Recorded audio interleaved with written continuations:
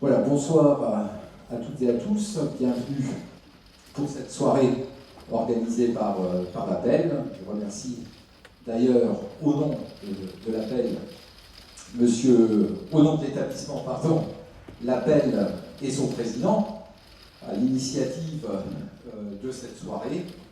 Je vous présente donc Madame Garnier qui interviendra ce soir pour, et ça nous a paru intéressant et utile, parler un peu de vos enfants, de leurs devoirs, de la relation avec l'école. Voilà, puisque il paraît que parents, c'est un métier de tous les jours, on en apprend tous les jours, on acquiert des compétences tous les jours, et croyez-moi, ils savent se renouveler. Voilà. Donc, je ne vais pas monopoliser la parole puisque vous êtes là pour nous donner votre enseignement.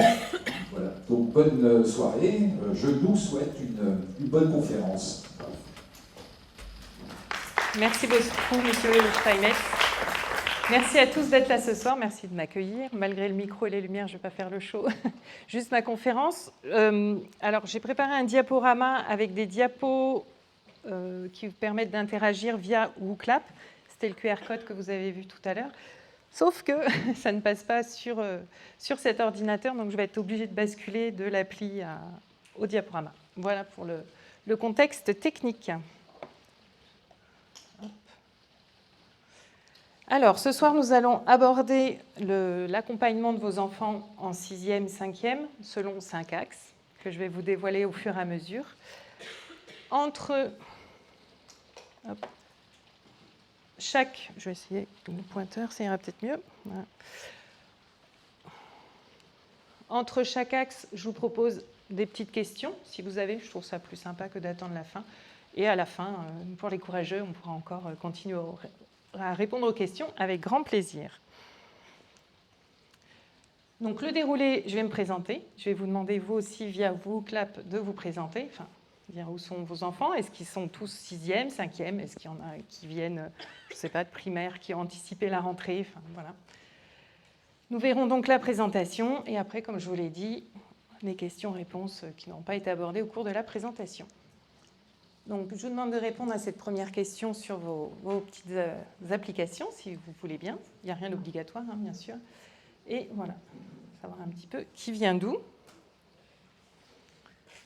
Alors, normalement, j'ai prévu la question, je continue à vous parler et on regarde la réponse. Mais vu les soucis techniques, je pense que c'est plus simple qu'on se donne une petite minute pour attendre les réponses et voir un petit peu où on en est. Donc, autre. C'est intéressant quand même. Quand même 8 personnes de primaire. Bravo pour votre investissement anticipation. Et bravo aux parents, maman, papa aussi, ont constaté avec M. Fassi qu'il y avait des hommes ce soir parmi nous. Donc, bravo à vous pour votre investissement et d'être là ce soir.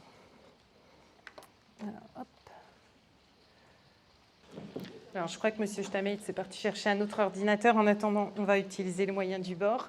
Je ne peux pas lancer le diaporama à chaque fois, ça plante. Donc, je vais vous présenter les diapos comme ça, désolée. Hop. Et... Ah.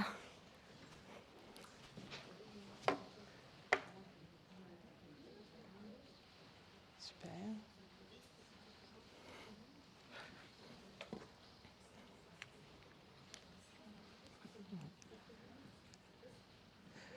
Donc, ma présentation, ça je sais faire, ça va aller mieux, ça va me remettre dedans.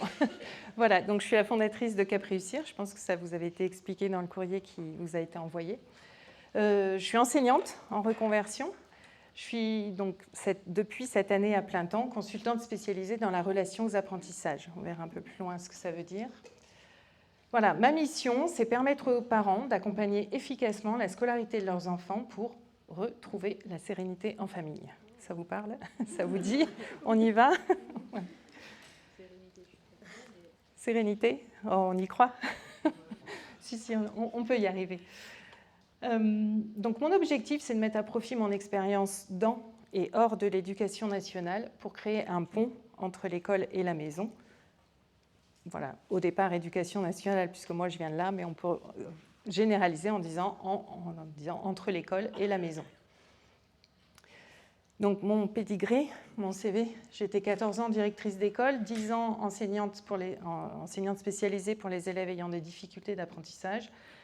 Tout ça, ça fait 27 ans d'enseignement, de la petite section à la 3e, et formatrice aussi, voilà, ponctuellement, d'enseignantes et des AESH, enfin, autrement dit les AVS. Voilà, mon expérience donc, avec Cap Réussir que j'ai créée en 2018.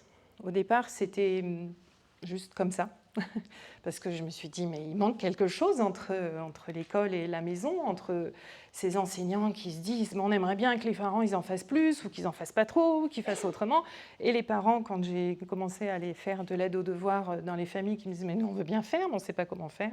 Je pense que c'est ce qui nous réunit ce soir ici. Et comme je vous l'ai dit, donc je suis voilà, en entreprise depuis 2020, une cinquantaine d'accompagnements individuels et des centaines de parents formés. Je rajouterai du coup ce soir, je ne sais pas combien vous êtes, on a eu 60 déjà tout à l'heure connectés à WooClap. Voilà, donc je suis passionnée de psychologie et de pédagogie depuis mes 15 ans. Il y en a qui lisaient des Harlequin et compagnie, moi je lisais Dolto et autres. J'ai suivi des formations en neurosciences et bien sûr pour tout ce qui concerne les apprentissages. Je pratique aussi et je me forme à la communication non violente, la CNV, et je suis passionnée d'organisation et de productivité. Voilà. Alors normalement, c'était une belle diapo qui s'animait avec les questions qui apparaissaient les unes après les autres, mais on va faire comme ça. Je pense que cette question, cette éternelle question, elle vous parle. Est-ce que j'en fais trop ? Est-ce que j'en fais pas assez ? Est-ce que je suis assez sévère ? Est-ce que je suis pas assez sévère ? Est-ce que je l'aide trop ? Est-ce que je l'aide pas assez ? Est-ce que c'est des questions qui vous parlent, ça ? Je pense que c'est pour ça que vous êtes là ce soir. Donc, on continue ici. Et pour répondre à ces questions, je vais vous proposer d'observer ça avec deux échelles. Déjà, au niveau de la bienveillance. On se demande toujours, est-ce que je suis trop bienveillant ? On peut dire, voire, il y a des débats en ce moment sur l'éducation bienveillante. Ou est-ce que je ne le suis pas assez ? Et le deuxième axe, c'est est-ce que je ne suis pas assez exigeante, ou est-ce que je le suis trop ? Alors, est-ce que je peux aussi... Donc voilà, je vous propose qu'on croise ces deux axes. Ça nous donne 4 cadrans et je vais essayer de vous lancer le WooClap. Sur le WooClap, vous allez pouvoir voter, du coup, dire où est-ce que vous vous situerez. Est-ce que vous considérez bienveillant, suffisamment bienveillant et exigeant, suffisamment... Enfin voilà, vous avez compris l'idée. Merci pour votre patience. On va essayer de régler. Du coup, on a pu avoir le diaporama, mais WooClap, je crois que ce sera la seule question à laquelle vous aurez répondu. Voilà. On ne peut pas tout avoir. Alors, sans le micro, sans le diapo, sans les mains, allez hop, c'est parti. C'est ça. Je reste habillée quand même, je vous rassure. Bon, reprenons. Donc, 2 axes. La bienveillance, ce qui se passe là, un bon exemple. Restons bienveillants en toutes circonstances, hein, c'est la vie. Et surtout, ce qui a été démontré ces dernières années, notamment dans ce livre. Alors, Heureux d'apprendre à l'école, non, c'est le même nom, il a juste changé. Moi, je voulais ramener là aussi. Je vous ai ramené différentes choses que je ferai circuler, vous pouvez regarder si vous voulez, qui est un très bon résumé, je trouve, des neurosciences et de tout ce qui a été découvert. Si vous n'avez pas envie de lire tout le bouquin, vous avez un très bon article aussi sur le site Apprendre, réviser, mémoriser, qui synthétise un petit peu tout ça au niveau de tout ce qui est ce qu'on appelle les hormones du bonheur. L'ocytocine, la sérotonine, dopamine, etc. C'est peut-être des mots qui vous disent quelque chose. Le pire serait que je tombe avec un micro qui ne fonctionne pas. On va le mettre là.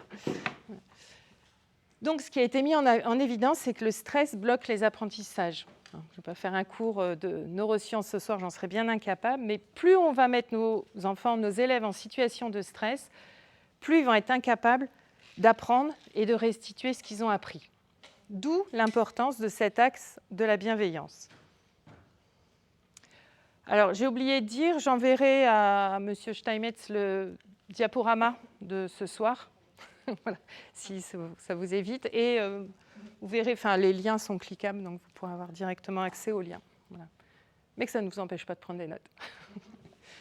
Le deuxième axe, donc, on s'est dit, je ne sais pas si depuis tout à l'heure, le petit intermède vous avez oublié, c'était l'axe de l'exigence.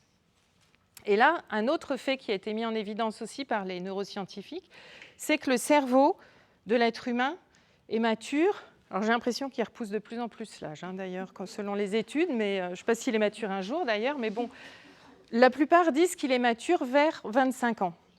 Donc ce qui veut dire que nos enfants, depuis la maternelle, mais y compris au collège, y compris au lycée, surtout au collège, lycée, quand ils sont en pleine période d'adolescence, ils font des trucs, on se dit mais c'est pas possible, qu'est-ce qu'ils fabriquent ?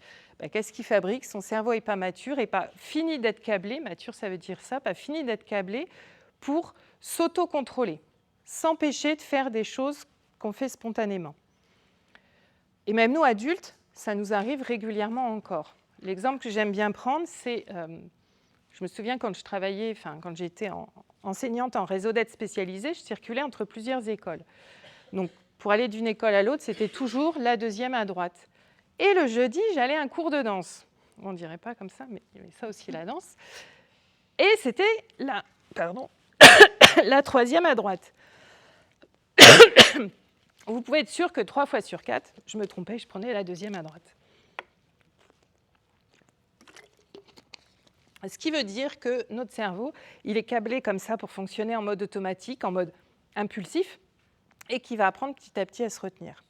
Donc ça, c'est vraiment les 2 axes, vous voyez, très importants, pour se dire, est-ce que j'arrive, comment je fais pour trouver l'équilibre entre les deux ? Et je pense que c'est ça, au final, qui est parfois le plus difficile. C'est que si on se montre très bienveillant, mais pas suffisamment exigeant, on peut être qualifié de laxiste, voire soi-même se juger, se dire « Ah, je ne suis pas un bon parent, je n'en fais pas assez. » S'il y en avait 2, je crois, qui étaient dans ce quart-là, vous êtes dur avec vous-même. Déjà, rien qu'en étant là ce soir, je pense que ça montre que vous n'êtes pas négligent. Et alors, pour ceux qui seraient tout en bas des 2 axes, là, c'est voire même maltraitant. Y a-t-il des parents maltraitants dans la salle ? Donc, je pense que c'était ça aussi de vous dire, soyez bienveillants avec vos enfants, mais soyez bienveillants avec vous-même aussi. Chacun fait ce qu'il peut, comme nous ce soir d'ailleurs, la preuve. Après, de l'autre côté, on a les parents qui vont être beaucoup dans l'exigence, qui vont avoir beaucoup d'attentes, mais qui vont avoir du mal à être bienveillants. Et alors moi, j'en ai plusieurs dans les parents que j'accompagne qui me disent « C'est fou, j'arrive à être super sympa avec lui, on fait des jeux, on a des super moments de partage, du vélo, du machin. Mais quand c'est les devoirs, c'est plus possible, quoi. » Vous voyez, c'est les devoirs, on ne peut plus être bienveillant, on ne peut plus être complice, on ne peut plus être sympa. On est autoritaire, point barre. Donc ça, je n'ai pas vu tout à l'heure. Je crois qu'il y en avait quand même dans cette catégorie-là. Donc rappelez-vous ça. Et ce n'est pas dans le sens de culpabilité, on va voir justement ce qu'on peut faire, mais un minimum, enfin même un maximum de bienveillance est vraiment utile pour permettre à vos enfants, vos ados, mais ça reste vos enfants, de pouvoir apprendre, de ne pas être dans le stress. Et donc là, voilà, ouais, j'étais trop vite, je voulais vous faire trouver. Vous aurez tout eu ce soir, les problèmes techniques, Matou, l'orage. Voilà. Donc, le 4e cadran, ça veut dire ce soir, j'ai envie de vous présenter un petit peu comment on devient coach de son enfant. Comment on l'accompagne dans sa scolarité, tel un coach sportif qui va entraîner un sportif. Voilà.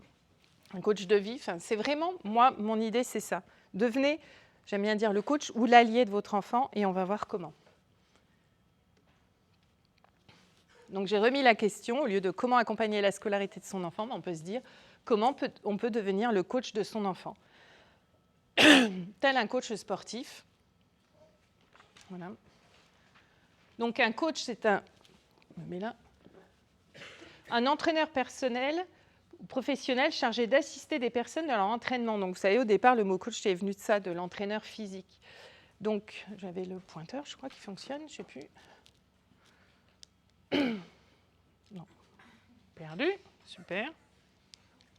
Bon, on ne va plus toucher à rien. Voilà. Alors, je cherche après ce que je voulais vous lire. Voilà. Les coachs évaluent les points forts et les faiblesses de leurs élèves ainsi que leur forme physique. Ils peuvent également informer leurs clients sur leur bien-être, leur santé, leur donner des directives. Donc, vous voyez, on est vraiment dans évaluer, informer, et on n'est pas dans juger, mais qu'est-ce que tu as fait ? Enfin, vous voyez, l'idée, c'est vraiment ça, de se dire, aidons-le comme le coach va l'aider à progresser. Même si on a des coachs qui peuvent se montrer très exigeants, notamment dans les sports de haut niveau, etc., on va pousser les enfants. Mais c'est toujours fait, je pense, quand même avec bienveillance et pour le faire sortir le meilleur de lui-même. Sinon, je pense que les enfants, ils arrêtent le sport. Donc là, c'est pareil. Après, ça peut être difficile quand on est parent d'accompagner comme ça son enfant avec cette posture de coach, d'allié, en étant exigeant et bienveillant, parce qu'on peut avoir des mauvais souvenirs de l'école, on peut ne pas avoir de temps, ça peut ramener à des difficultés de sa scolarité antérieure, ça peut être au niveau apprentissage, mais au niveau intégration, etc. Et on peut manquer de patience pour toutes ces raisons-là ou d'autres. Donc, effectivement, comme l'a dit M. Steinmetz en introduction, métier de parent, c'est très facile, n'est-ce pas, avec tout ça, quand on conjugue tout ça. Donc, concrètement, qu'est-ce qu'on fait de tout ça ? Alors, je vous propose de rentrer directement dans le vif du sujet par la mémorisation. Je pense que c'est sans doute une des questions que vous posez le plus. Comment on fait pour aider son enfant à bien mémoriser ? Avant qu'on entre plus dans le détail là-dessus, est-ce que par rapport à l'introduction, déjà, vous avez des questions, des remarques, des choses à dire ? Toujours difficile, le premier qui prend la parole. Alors, pareil, je ne vous fais pas un cours de neurosciences ni de pédagogie. On a mis en évidence qu'il y a 3 étapes vraiment importantes au niveau de l'apprentissage, quel qu'il soit. C'est le moment où on va mettre les choses dans son cerveau, ce qu'on appelle l'encodage. Le moment où on va... Alors, l'encodage, c'est vraiment le moment où ça rentre. Vous voyez, vous m'entendez, vous me voyez, c'est en train de rentrer. Après, vous allez le stocker. Pour ça, certains prennent des notes, ou certains vont peut-être faire des liens. Ah oui, ça me rappelle, ou vont se poser des questions, vous se dire, bah non, je ne suis pas d'accord avec elle. Vous voyez, on ajuste avec ce qu'on a déjà en mémoire, c'est vrai, c'est la partie du stockage. On range, d'où les petits fichiers, les petits classeurs, les répertoires, on range avec ce qu'on a déjà dans le cerveau. Et la 3e partie, c'est le rappel. Donc on va voir ce qu'on peut proposer à nos enfants pour chacune de ces étapes. Donc le rappel, c'est les révisions, le moment où on restitue ce qu'on a appris. Alors, l'encodage, le moment où on met dans le cerveau, où on apprend, vous connaissez les différents types de mémoire ? Voilà, et c'est un fabuleux neuromythe. C'est-à-dire que tout le monde utilise ces trois mémoires. C'est les neuroscientifiques qui le disent, ça a été confirmé par plusieurs études. Tout le monde utilise ces 3 mémoires selon les circonstances. Déjà, en majorité, on utilise la mémoire visuelle.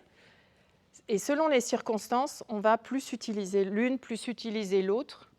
Ça peut varier selon les matières, ça peut même varier selon la façon dont le cours est présenté, ça peut varier de plein de choses. Et les différentes mémoires, elles sont autres. Nous avons, je vous les cite, mais je n'ai pas mis de diapo, je me suis posé la question, j'ai dit, les embrouille pas, Karine, c'est bon. Donc, vous avez la mémoire de tout ce qui est les faits, les choses, les définitions à apprendre par cœur. Ça, c'est la mémoire sémantique. C'est vraiment, et je vous en reparlerai tout à l'heure, voilà, tout ce qui est à apprendre par cœur. Table de multiplication, des mots dans les langues étrangères, voilà, le dictionnaire, l'encyclopédie, ou Wikipédia maintenant. Parlons avec notre temps. Vous avez tout ce qui est des savoir-faire. Tout à l'heure, je parlais du sport, mais vous avez aussi tout ce qui va être savoir faire un exercice de maths, savoir faire accorder les verbes dans une dictée, savoir jouer d'un instrument de musique. Toutes ces choses-là, c'est ce qu'on appelle la mémoire procédurale. On apprend à faire les gestes. Et on va voir que, du coup, pour ramener à la 3e étape, le moment du rappel, on va utiliser des techniques différentes. Et vous avez, ce que j'ai mis le 2e point, la 3e mémoire est la plus puissante, c'est la mémoire épisodique, celle qui permet de créer un souvenir. Je suis sûre que dans 10 ans, quand vous repenserez à ce soir, vous n'allez pas repenser à ce que je vous ai dit, mais vous allez penser comme on a galéré pour mettre le diaporama. Vous voyez, c'est le souvenir qui est ancré. Et peut-être que du coup, en vous appuyant là-dessus, il y a d'autres choses qui vont revenir. Ah oui, c'est vrai, du coup, on en avait profité pour nous dire que, pour nous dire... Et hop, comme ça, on va détricoter, on va tirer le fil, vous voyez, comme l'image que j'utilisais, moi, alors peut-être plus avec des plus jeunes, et encore que 6e, 5e, ça peut parler. J'avais une affiche, je ne voulais pas ramener, avec les ballons, vous savez, comme à la fête foraine, là, les bouquets de ballons. Et je leur disais, si tu accroches pas bien dans ta tête, le ballon, il va s'envoler. Donc l'idée, c'est vraiment de bien accrocher et de pouvoir après tirer la bonne ficelle aussi, parce que c'est pas le tout d'accrocher les ballons dans sa tête, il faut les retrouver. C'est ce qu'on avait vu avec l'idée de classer un petit peu ce qu'on a dans la tête. Donc la mémoire épisodique, elle est vraiment très très importante. Et pourquoi je vous dis ça? Parce que tout ce qui va permettre à vos enfants de créer un souvenir, à chaque fois qu'ils apprennent une leçon, va faire qu'ils la retiennent mieux. Mais ça peut être des choses toutes simples. Ça peut être...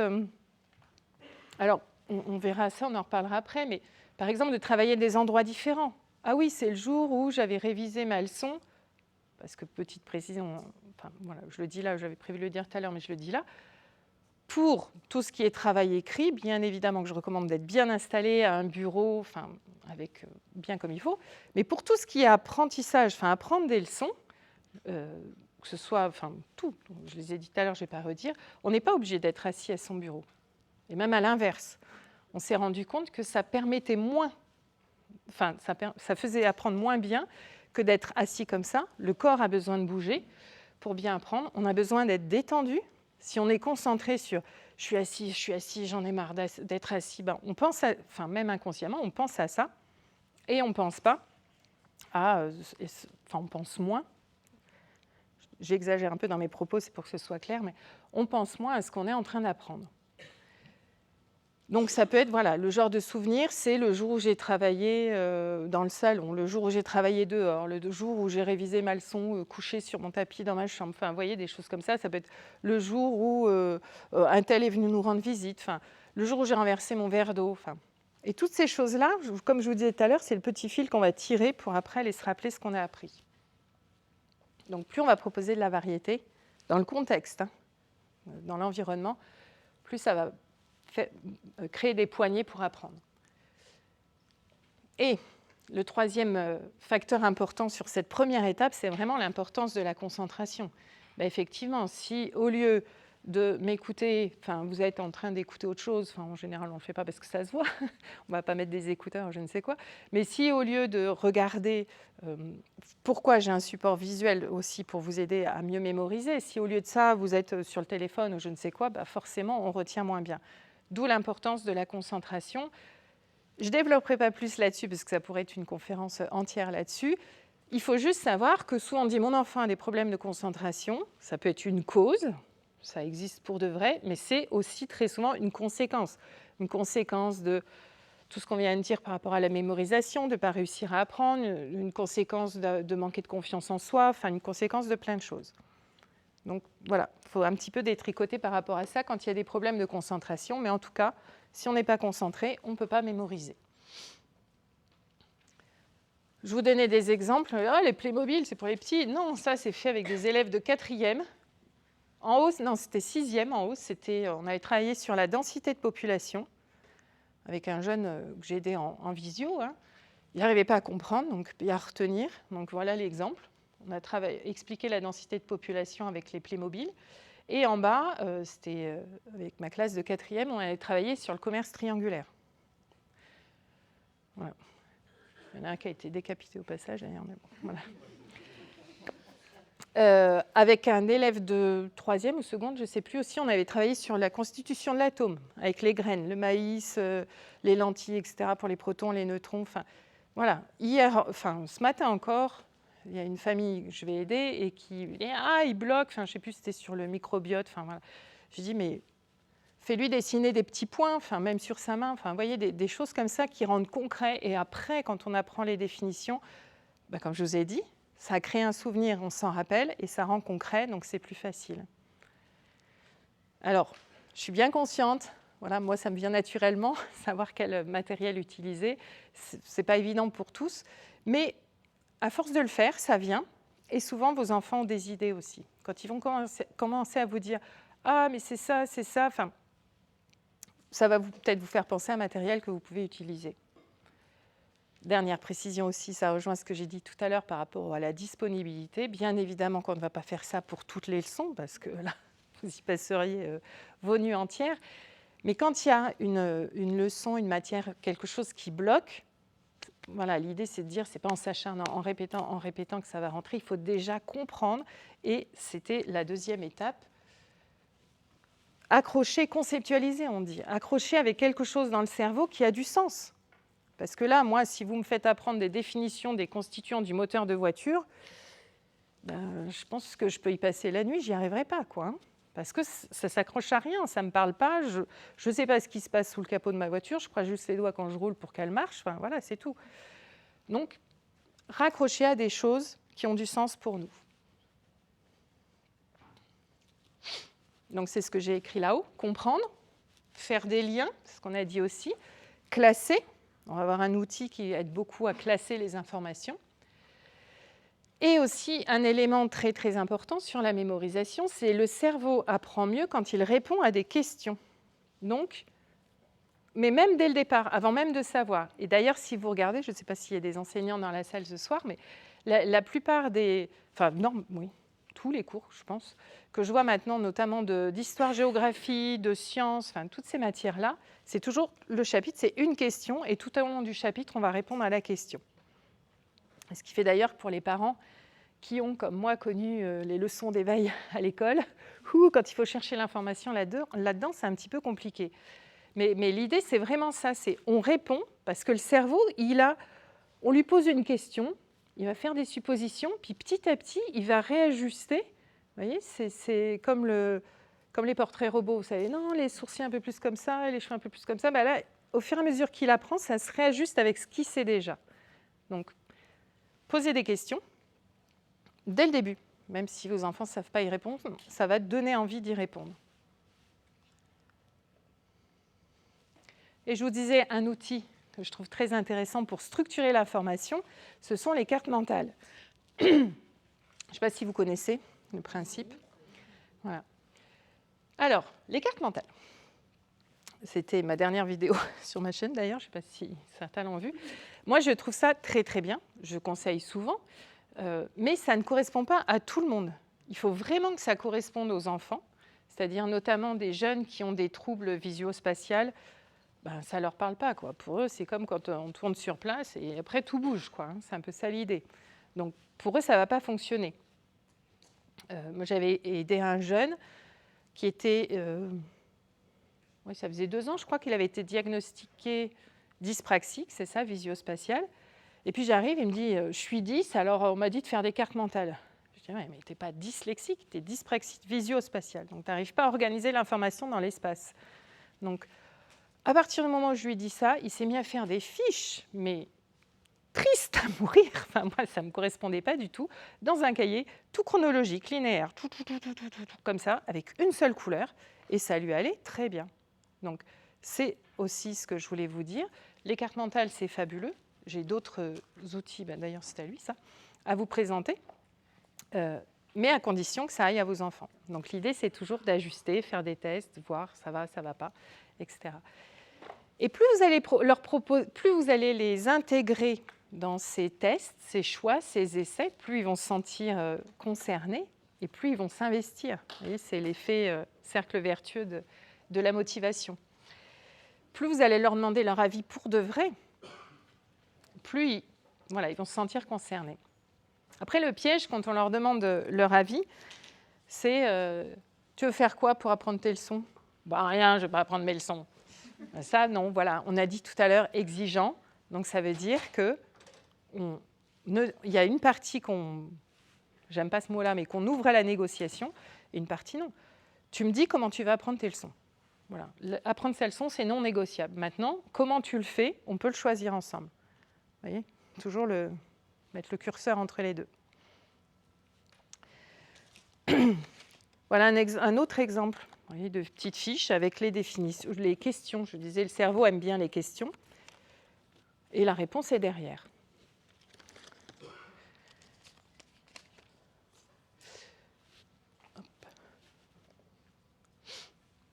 Étape 3, les fameuses révisions. Tu as révisé ta leçon. Voilà.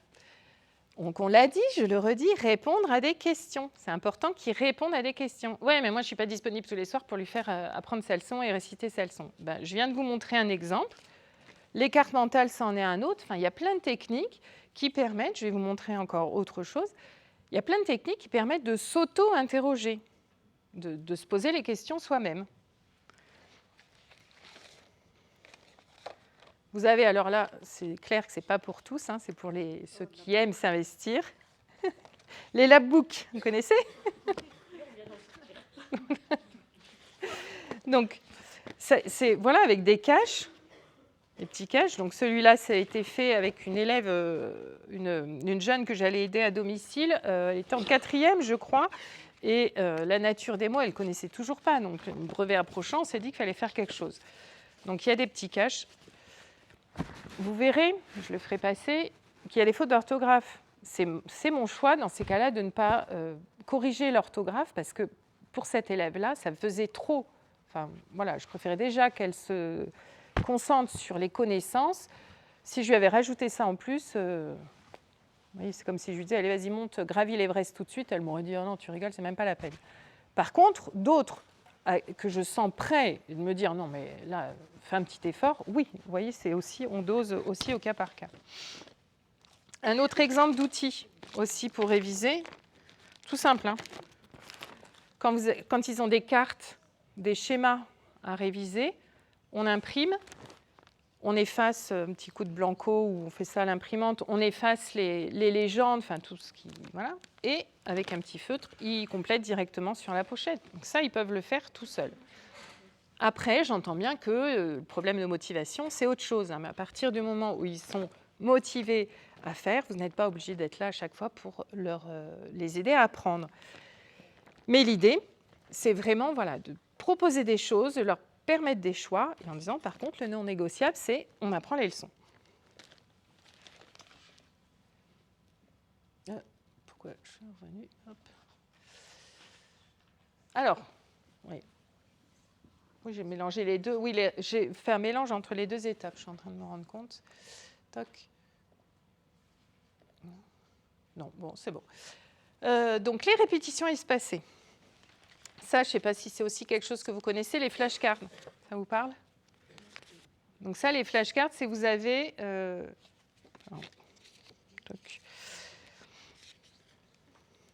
Par exemple, si je vous dis, avec quel appareil mesure-t-on une masse? Facile, la balance, bravo. Donc là, on va le mettre dans l'enveloppe des mots qu'on connaît. Qu'est-ce que la masse? Les profs de physique parmi nous?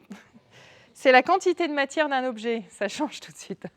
Voilà. Ah ben ça, on ne la connaît pas, donc on laisse dans l'enveloppe de celle qu'on ne connaît pas. Enfin, il y a toute une technique comme ça avec des boîtes où on fait passer d'une boîte à l'autre au fur et à mesure qu'on connaît. Et ce qui est intéressant Alors, vous m'entendez en haut, c'est bon? Ce qui est intéressant dans cette technique, c'est un petit peu, vous voyez, comme les jeux vidéo, où on a envie d'avancer dans les niveaux. Et quand on voit le paquet de cartes au début, quand on se dit « Allez, apprends ta leçon, apprends ta leçon, apprends ta leçon », ce mot-là, je crois qu'ils doivent en faire des cauchemars la nuit, ils n'en peuvent plus. Mais quand ils savent qu'au début, il y avait 15 cartes, et à la fin, le lendemain, il n'y en a plus que 10, et le surlendemain, il n'y en a plus que 5, et au bout du 4e jour, yes, ça y est, je les connais tous. Vous voyez, il y a ce côté stimulant comme ça. On parlait d'hormones tout à l'heure, là, ça sécrète vraiment de la dopamine à ce moment-là. Parenthèse, c'est clair que la dopamine qui va être sécrétée à ces moments-là, elle ne fait pas concurrence avec la quantité de dopamine qui est sécrétée au moment où ils se mettent sur leurs jeux vidéo, sur leurs réseaux sociaux, etc. Donc, on en parlera tout à l'heure dans l'organisation. Quand ils rentrent, on leur propose un temps de détente qui est indispensable. Ils ne peuvent pas passer d'une journée. Imaginez, là, vous êtes à une conférence, vous rentrez, votre mari vous attend, ou votre femme, en vous disant « Bon, allez, interro, t'as appris quoi, t'as fait quoi ?»« Oh, laisse-moi manger avant, s'il te plaît. » Voyez ? Donc, on leur propose une pause, mais dans la mesure du possible, et ce n'est pas toujours possible, mais dans la mesure du possible, sans écran, pour qu'ils aient cette petite dose de dopamine qui va venir des révisions avant d'avoir le méga shoot qui va venir de tous leurs trucs qui leur font plaisir. Voilà par rapport à ça. Donc, on a dit répétition espacée, c'est ça, c'est tous les jours on reprend sa leçon avec ses questions, son transparent, etc. Et on reprend ses flashcards pour réviser comme ça régulièrement. Et, pardon, j'ai oublié, voilà, les flashcards, tout ça, on en a parlé. Et la dernière, alors oui, Ça a été prouvé. Alors, ce n'est pas les neuroscientifiques, hein, c'était un médecin, je ne sais plus ce qu'il était, Ebbinghaus, du siècle dernier, c'était, je crois que c'était fin 19e, il me semble, je ne sais plus, qui a montré avec une expérience qu'en fait, vous voyez, la courbe noire, c'est si on apprend une seule fois, après, on finit par oublier. Il faut revenir, il faut apprendre une fois, puis apprendre une deuxième fois, puis apprendre une troisième fois. Si on m'avait dit ça à la fac, j'aurais peut-être pas rattrapé ma deuxième année. Mais bon, je ne savais pas. Je pensais qu'en apprenant la veille des partiels, je pouvais tout apprendre. Ça n'a pas marché. Bon. Comme quoi, on s'en sort quand même. Voilà.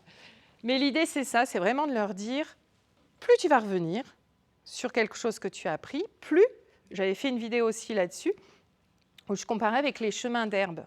Vous savez, je ne sais pas s'il y en a autour de l'établissement ici, mais un chemin avec des herbes hautes. Vous passez une fois, vous êtes frayé un chemin difficilement. Si vous repassez une semaine ou un mois après, vous pouvez tout recommencer, quoi. Les herbes, elles ont repoussé. Par contre, le chemin, vous frayez le champ, vous frayez un chemin, vous repassez le lendemain, vous voyez déjà une petite trace de là où vous êtes passé. Vous repassez le surlendemain, là, les herbes, elles sont encore plus tassées. Vous passez tous les jours, ça finit même, des fois, on voit au milieu des carrés de pelouse, il n'y a plus de pelouse qui passe parce qu'on voit que c'est vraiment, surtout aux abords des collèges, des lycées où ils ne veulent pas faire 1 mètre de plus, vous voyez que c'est vraiment la ligne droite, quoi. Donc c'est ça l'idée dans le cerveau, c'est pareil. C'est repasser, ça va créer ce qu'on appelle les chemins neuronaux.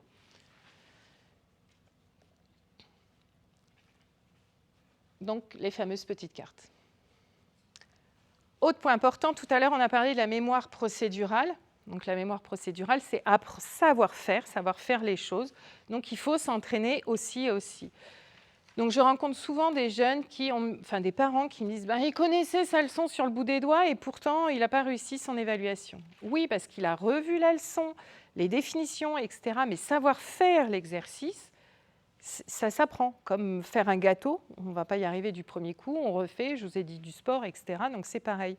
Donc c'est pareil, hein, moi je vous dis tout, ne leur faites pas tout faire, vous voyez là où ils ont le plus besoin, ce qui leur manque le plus, mais proposez-leur de faire des exercices, de refaire déjà, quand les profs le disent, c'est pas pour être casse-pied, quoi.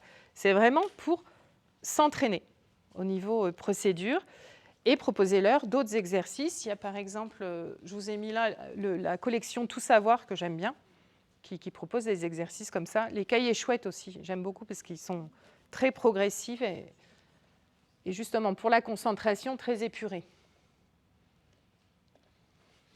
Alors. Ah, mais c'est notre petit WooClap qui fait planter. Est-ce que vous avez des questions sur la mémorisation ?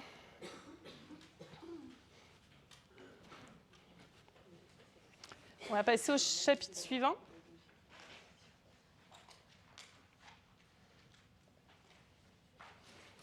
Pas de questions ?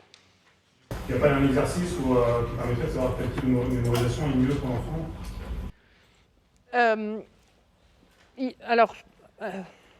Par rapport entre des flashcards, des cartes mentales, etc., la meilleure façon de savoir, c'est de l'observer et de voir ce qui fonctionne.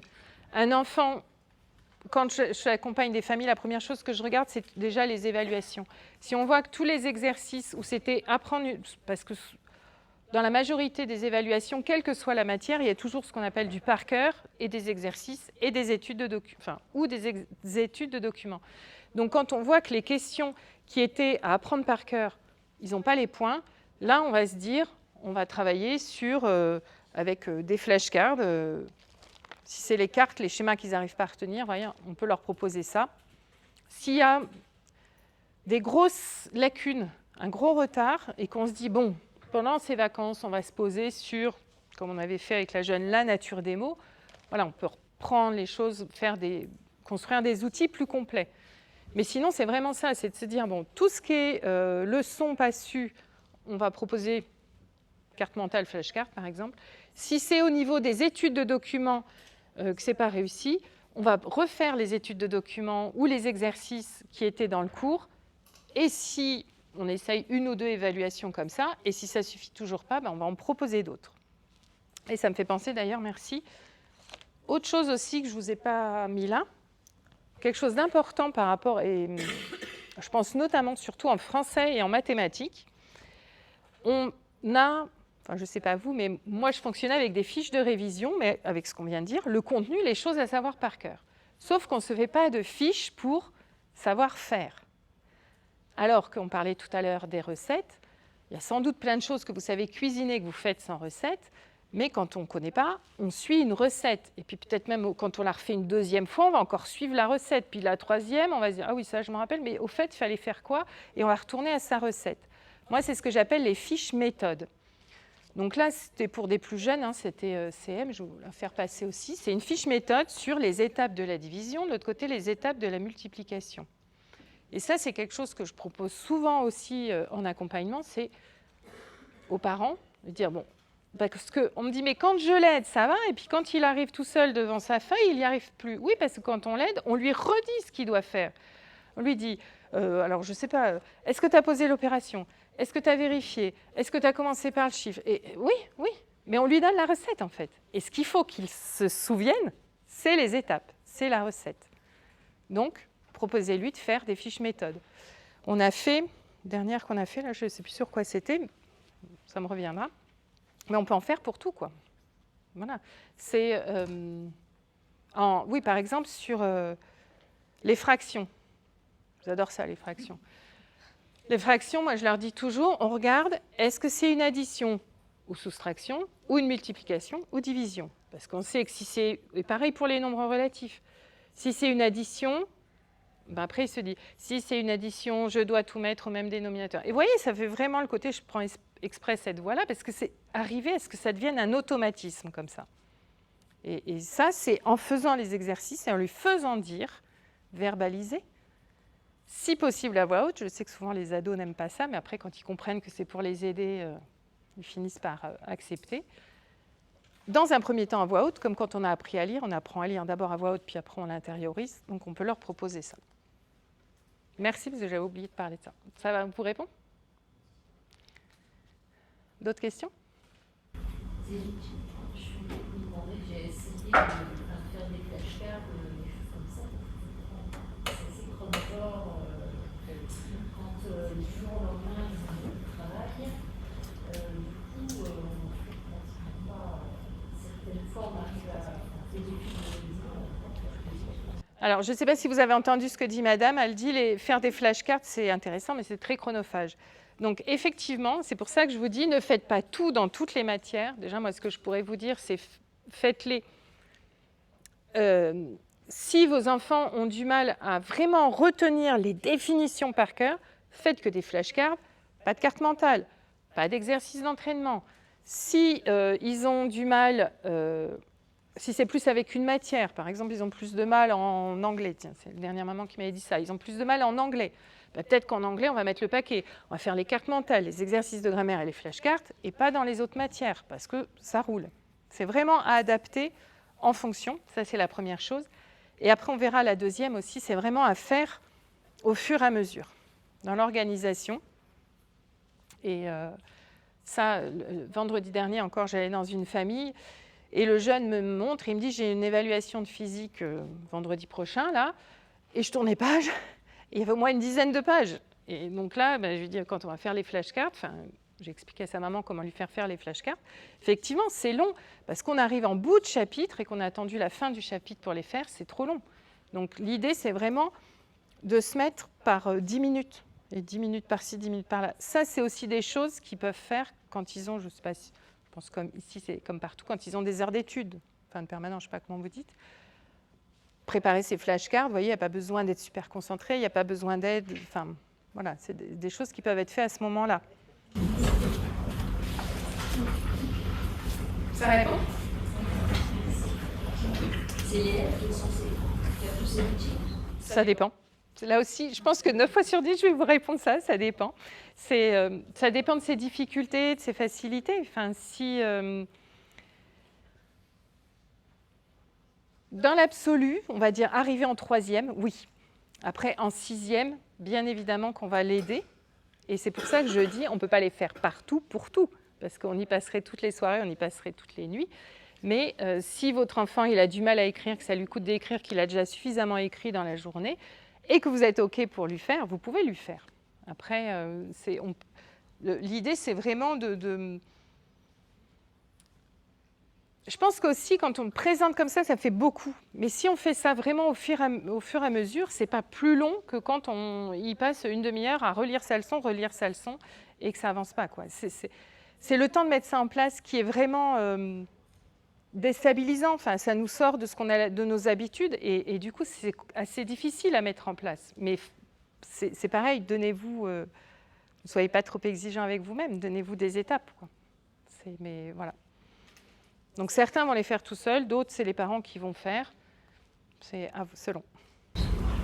Est-ce qu'à un moment donné, en classe, ils apprennent aussi ça ou pas? Parce que là, je ne me sens pas forcément les compétences. Je comprends bien ce que vous dites, et ça me parle bien, hein, mais je vais me lancer dans des choses comme ça. Ça dépend, il y a des professeurs qui le font, il y en a d'autres non. C'est pour ça que j'ai créé Cap Réussir, c'est parce que je me suis rendu compte que les enseignants considéraient que c'était aux parents de faire ça, les parents considèrent que c'est aux enseignants, et au final, qui le fait, quoi. Donc certains le font, d'autres non. C'est vraiment... Après, je pense que c'est pour ça que je vous ai mis au début, je pense que c'est surtout une histoire de disponibilité d'esprit, de temps, ça je l'entends complètement, de compétences. Après, les élèves arrivent à le faire, donc je pense que voilà, les parents, on peut le faire. Mais c'est de se dire... Au lieu, en fait, je vais consacrer mon temps à aider mon enfant autrement, différemment que ce qu'on faisait, où il vient me voir. Là, j'ai une maman qui me dit « Ah, c'est vrai qu'à chaque fois, il venait me voir et je lui disais « Tu me dis que tu as appris ta leçon, mais tu rigoles, tu te moques de moi, retourne l'apprendre. » Et hop, il repart. Et il revient. Et on passe une demi-heure comme ça. Je ne sais pas vous, moi, personnellement, je préfère passer du temps à faire des flashcards qu'à me disputer avec mon enfant comme ça, quoi. Donc voilà, mais c'est de plus en plus... préconiser le faire en cours, mais ça dépend. Moi, cet indice-là, je lui fais faire. Comme ça, je vérifie que ça me paraît juste ce qu'il fait, et puis en même temps, lui, il intègre, parce que si je lui fais moi, ça va me barber déjà d'une, et puis lui, pendant ce temps-là, il ne va pas bosser. Alors, j'entends ce que vous dites complètement, et ça, enfin voilà. Il y a deux choses. C'est vrai que dans l'absolu, ils retiennent mieux si c'est eux qui le font. Je ne l'ai pas dit pour les cartes mentales. On voit de plus en plus de petits coffrets avec des cartes mentales toutes faites. En fait, moi, je trouve ces coffrets très bien pour s'en inspirer, mais apprendre la leçon, comme vous dites, déjà, ça ne correspond pas exactement à ce qu'il y a dans le cours. Et c'est en faisant, c'était l'étape 2, en mettant en mémoire qu'ils vont apprendre. Mais ça, c'est le point d'arrivée. C'est l'Himalaya, quoi. On va commencer par la dune du Pilat, quoi. On va y aller étape par étape. C'est vraiment ça. Donc, pour vous aussi, ne vous dites pas « il faut que je fasse tout ça, je suis démoralisée ». Je ne sais pas, dites-vous, par exemple, une matière, un outil. Je trouve que mon enfant, il galère vraiment, on a pris les maths, on va prendre autre chose en français, on va faire des flashcards en français. Ou il n'arrive vraiment pas à comprendre la grammaire en anglais, on va faire des cartes mentales en anglais. Mais un outil, vous voyez si ça marche, on l'aide, on lui apprend à le faire, et après il va le faire, et voilà. Une fois qu'on sait, c'est comme tout. Quand ils ont appris à faire du vélo, c'était pénible. On était derrière eux, on leur a tenu la selle. Ça nous a broyé le dos et compagnie. Puis après, ils ont su faire. Et après, on est content de les emmener en sortie vélo avec nous.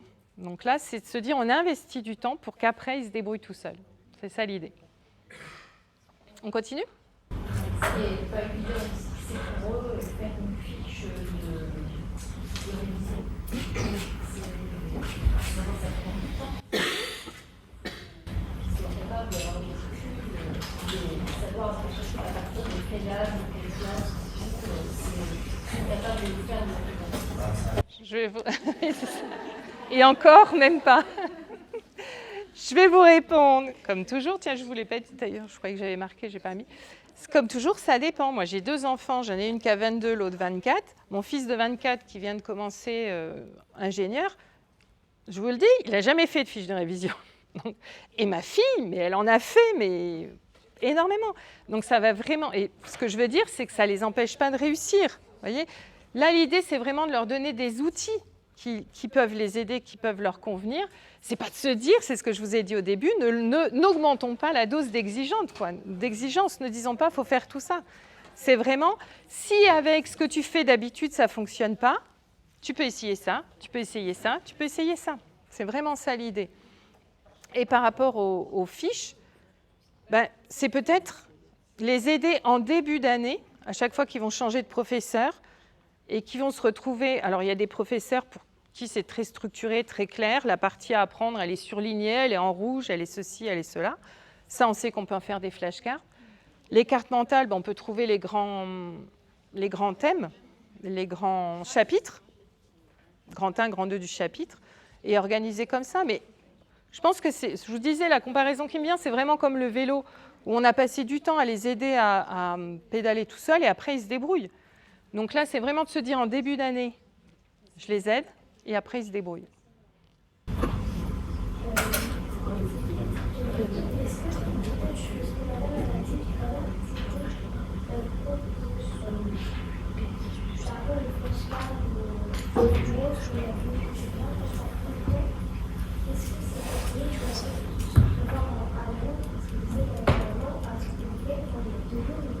Tout à fait. On va y revenir justement là, enfin après, troisième point, l'organisation, donc je te répondrai à ce moment-là, mais tout à fait. Elle parle d'anticiper sur le week-end.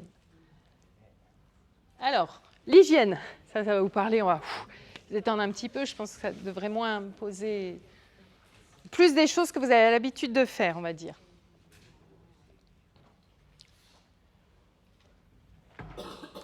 Alors, voilà les 4 grands domaines qui aident aux apprentissages.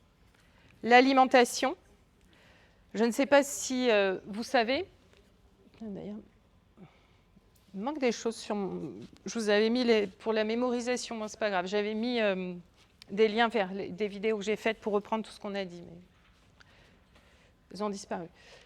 Les 4 grands domaines sur l'alimentation, sur l'hygiène de vie, c'est l'alimentation. Par exemple, le sucre, on parlait des problèmes de concentration tout à l'heure, c'est pareil, il y a beaucoup d'études qui ont été faites pour montrer que la consommation excessive de sucre nuit à la concentration. Vous avez aussi l'importance des petits déjeuners. Vous savez que si vos enfants ne déjeunent pas ou qu'ils déjeunent des sucres, on va schématiser ce qu'on appelle rapide, ils vont avoir une montée de la glycémie d'un seul coup et qui va retomber, ce qui fait que le prof qui les a en dernière heure, il va râler parce qu'ils dorment tous, entre 11 et 12, enfin voilà. Donc, un facteur à prendre en compte, qui est peut-être plus dans ce que vous avez l'habitude de faire, c'est ça, l'alimentation. Le sommeil aussi, on va en reparler juste après. Les écrans et l'activité physique aussi. Je vais revenir rapidement sur chacun de ces points. L'alimentation, je vous ai dit. Le sommeil, une étude qui avait été faite, je vous montrerai la diapo après, la vidéo, vous pouvez retrouver ça, c'est Franck Ramus qui en parle. Une étude qui a été faite, c'était sur 3 groupes. Le groupe jaune, c'est le groupe de contrôle. Le groupe rouge, ils avaient des mots à apprendre, je crois que c'était des mots d'anglais ou je ne sais plus quoi. Et ils faisaient un apprentissage le matin, un apprentissage à 21h. Et c'est tout. Et le groupe bleu, il faisait un apprentissage à 21h, ils dormaient, et un apprentissage le lendemain matin. Et bien, leur performance, leur résultat, nombre de réponses correctes, vous voyez que le groupe qui a eu une nuit de sommeil entre les 2 phases d'apprentissage et de révision a beaucoup plus performé à court terme, une semaine après, mais aussi 6 mois après. Ça, vous y repenserez quand il sera en 3e avec le brevet. Donc, quand on dit que...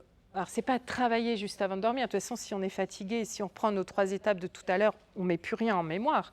Mais de réviser un petit coup, vous voyez, ces fameuses flashcards, on les aura fait avant, on se les reprend 5 minutes, pas plus, avant d'aller au lit. Et pas toutes les matières, je le redis. Ben, ça peut aider grandement à mieux retenir. Voilà la vidéo dans laquelle vous pouvez retrouver cette expérience. Les écrans, c'est pareil, on pourrait faire une conférence entière sur les écrans. Je ne vais pas développer, vous avez des choses très intéressantes dans cet article. Ce qu'il faut retenir sur les écrans, je vous ai parlé tout à l'heure, j'en ai parlé rapidement, c'est cette histoire de dopamine. D'accord ? Il y a plusieurs choses. Il y a le temps passé sur les écrans notamment le soir, avec les histoires de sécrétion de mélatonine qui empêchent la sécrétion de mélatonine, l'hormone du sommeil. Et vous avez aussi la façon dont ils sont utilisés, c'est-à-dire, alors sans tomber dans les addictions, mais d'être j'ai besoin de mon téléphone, alors j'ai besoin de mes réseaux sociaux, j'ai besoin de jouer, etc. Et on n'arrive plus à s'en passer. C'est ça qui est problématique et qu'il faut arriver à gérer. Et l'autre chose aussi qui a beaucoup évolué, même moi depuis que mes enfants étaient ados, c'est qu'avec les téléphones portables, ils les ont souvent dans leur chambre.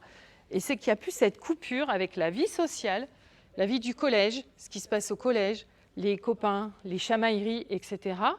Parce que je ne sais pas vous, mais moi, quand j'étais au collège, ce n'était pas tout beau, tout rose. Hein. Il y avait aussi des histoires, des problèmes, des machins, des trucs. Mais quand on rentrait à la maison, on était tranquille pour se prendre la tête avec nos parents. Mais ça, c'était autre chose.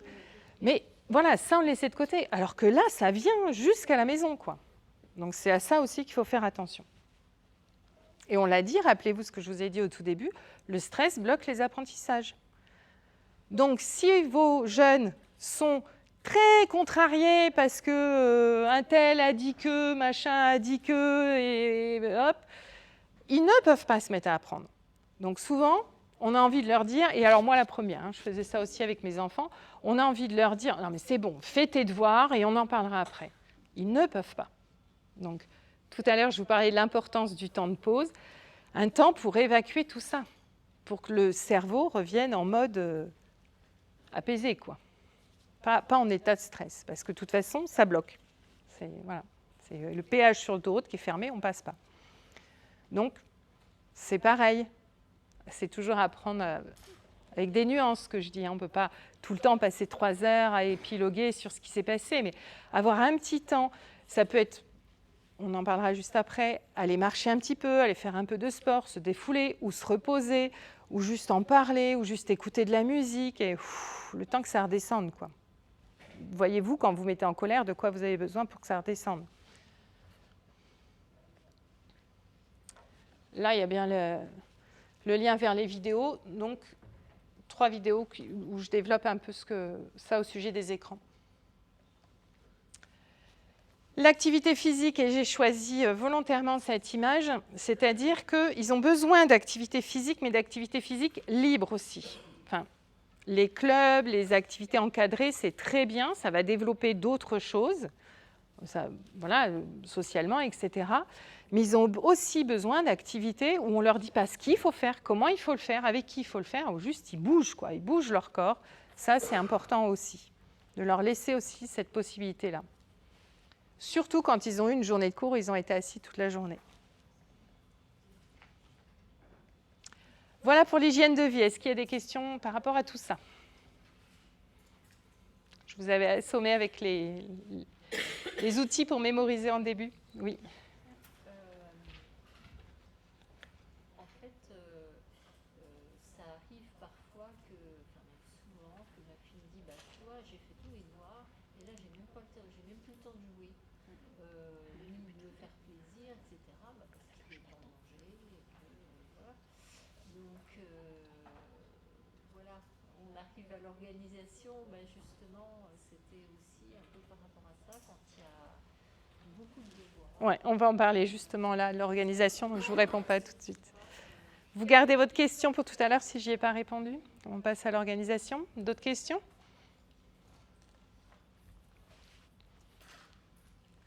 Alors, au niveau de l'organisation, on va parler de l'espace, du temps, ce que vient de dire madame, et des routines à mettre en place. Alors, l'organisation de l'espace. Je ne sais pas si vous voyez très bien, c'est un bureau d'un jeune. Qu'est-ce qu'il y a?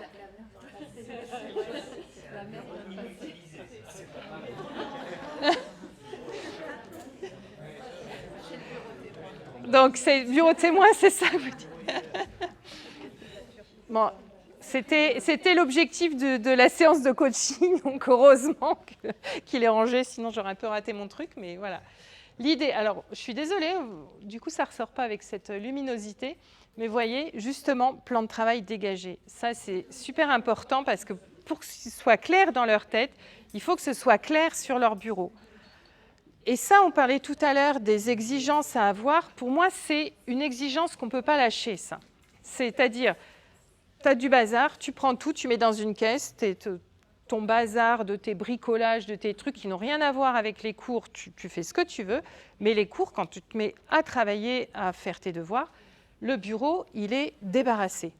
C'est vraiment quelque chose de très symbolique et qui va faire que dans sa tête, on est aussi désencombré. Après, ça, vous en avez peut-être sûrement entendu parler déjà, c'est les rangements par matière. On met tout, le cahier, le livre, le classeur, un rangement par matière, surtout les 6e, 5e, enfin encore plus les 6e, quelque chose qui est très différent de ce qui se passe à l'école primaire. Et ça va les aider énormément. Déjà comprendre en début d'année qu'il faut regarder l'emploi du temps, réfléchir quelle matière j'ai pour savoir quoi prendre. J'ouvre le tiroir, je prends le tout, et ça marche très bien comme ça. Alors, je ne vous ai pas ramené, j'ai oublié. Nous, ce qu'on avait fait aussi, par exemple, pour le matériel de géométrie, c'est pareil, tout dans une pochette. Alors, j'ai pas d'Action, chez Action, justement, mais j'aime beaucoup ce magasin où il y a des pochettes qui ferment avec, vous savez, ça fait comme des grandes enveloppes avec une pression transparente. Je ne sais pas si vous avez déjà vu. Ouais, voilà, moi aussi, j'en ai partout. Et je voulais en ramener, j'ai oublié. Et du coup, là, c'est bien, par exemple, pour le matériel de mathématiques. La calculatrice, le matériel de géométrie, on peut mettre là-dedans. Le matériel d'art plastique aussi. Au lieu d'avoir « Ah, j'avais pris ça, mais j'ai oublié ça, j'en ai oublié un bout », on met tout là-dedans. Et justement, aussi, quand vous révisez, on se fait une pochette par matière et on sait que ce qui est dans cette pochette, c'est la leçon du moment en histoire, la leçon du moment en sciences, etc. C'est des détails d'organisation, mais qui vont nettement alléger le cerveau. Alors, c'est bête, j'en ai pas. C'est vraiment des pochettes, elles sont comme ça, elles ont la forme d'une enveloppe avec une petite pression ici. Et elles sont transparentes, enfin, c'est vraiment très pratique. Après, un autre détail, le nombre de fois où j'ai conseillé ça, c'est d'avoir une bannette pour les papiers à signer aux parents. Vous voyez, le truc, ah, mais tu ne me l'avais pas donné, mais si, je te l'ai donné, mais machin, je t'ai dit deux. Hein. On pose tout, et ça devient une routine. Le jeune rentre, il sort de son cartable, de son sac, il pose dans la bannette, il vous emmène la bannette dans le salon, ou vous venez le chercher dans la chambre. Enfin, c'est vraiment là, pour le coup, je pense que c'est beaucoup plus facile à mettre en place que les flashcards, et des choses qui vont déjà faire que je ne suis pas en train de me dire est-ce que j'ai bien donné tous les papiers à signer aux parents, etc.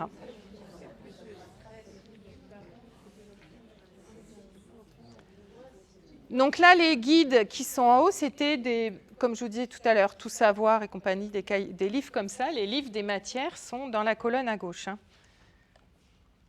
Les dictionnaires, ça existe encore, je ne sais pas pour combien de temps. Et ici, on va y revenir. Regardez bien cet espace-là, parce que je vais vous en reparler juste après. Et là, un petit panneau d'affichage. Alors en dessous, on va en reparler. Ici, je pense qu'il doit avoir son emploi du temps. Ici, c'est un peu un affichage inspiration-motivation. On parlait tout à l'heure de la motivation. Je ne sais plus ce qu'il avait mis, mais c'est un jeune qui voulait devenir conservateur de musée ou quelque chose comme ça. Il avait mis des affiches comme ça, qui est passionné par l'histoire, avec des petites phrases pour se remotiver quand on est démotivé. Ça, c'est des petites choses. Pardon ? Alors, ça, oui, je parlais de celle-là. Et là, oui, aussi. C'est parce tout à fait, et vous avez bons yeux. C'est un jeune qui n'arrivait pas à demander de l'aide à sa maman dès qu'il était bloqué. Donc, souvent, c'est ça qui démarrait le conflit, quoi, parce qu'il ne demandait pas, donc elle supposait qu'il savait, et hop, etc. Donc, on avait utilisé des outils aussi pour montrer qu'il y a des degrés dans l'autonomie. C'est pas noir ou blanc. C'est pas je sais ou je sais pas, c'est je sais avec beaucoup d'aide, un petit peu d'aide et plus d'aide. Pardon, de mon expérience, c'est très intéressant ce panneau-là. J'ai une grande qui aujourd'hui est en école veto, un peu grâce à ça, mais pas que, mais enfin aussi. Et elle mettait souvent ses états d'âme. Et on savait plus ou moins dans quelle prédisposition elle était. Quoi. Et même pour elle, elle savait que que bon, elle était dans ce mood, comme elle disait, Ouais. et que bon, pour apprendre, il faudrait un peu plus de. Moi, je trouve ça pas mal du tout. Tout à fait. Alors, on va en reparler justement, état d'âme. Moi, j'ai appelé, je suis moins moderne, je n'ai pas mis mood, j'ai mis émotion après. Mais on va en reparler. Mais vous voyez, j'ai d'autres outils comme ça. Ça, voilà, c'est pareil, je vais vous le dire, je crois que je l'ai dit 50 000 fois ce soir, ça dépend, mais jusqu'en 6e, 5e, ça marche bien. Après, avec les plus grands, il y en a qui acceptent encore, d'autres moins. Mais quoique, c'est aussi des questions que je pose quand je fais mon programme de groupe avec les parents, là, que j'accompagne. On se pose comme ça toujours la question au début, comment on se sent? Donc là, je vous ai montré, c'est le compteur d'énergie, vous voyez. J'en ai un autre, je n'ai pas retrouvé au moment de partir, c'était le thermomètre des émotions. La roue des émotions aussi, comme ça, mais je vous en reparle plus loin. Ça rejoint ce que vous dites, et ça rejoint ce qu'on disait tout à l'heure, c'est-à-dire que si on est en état de stress, on est moins disponible pour apprendre.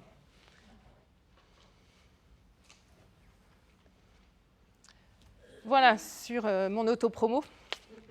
4 vidéos sur tout ce qui est organisation, etc. Vous pouvez retrouver sur ma chaîne. L'organisation du temps.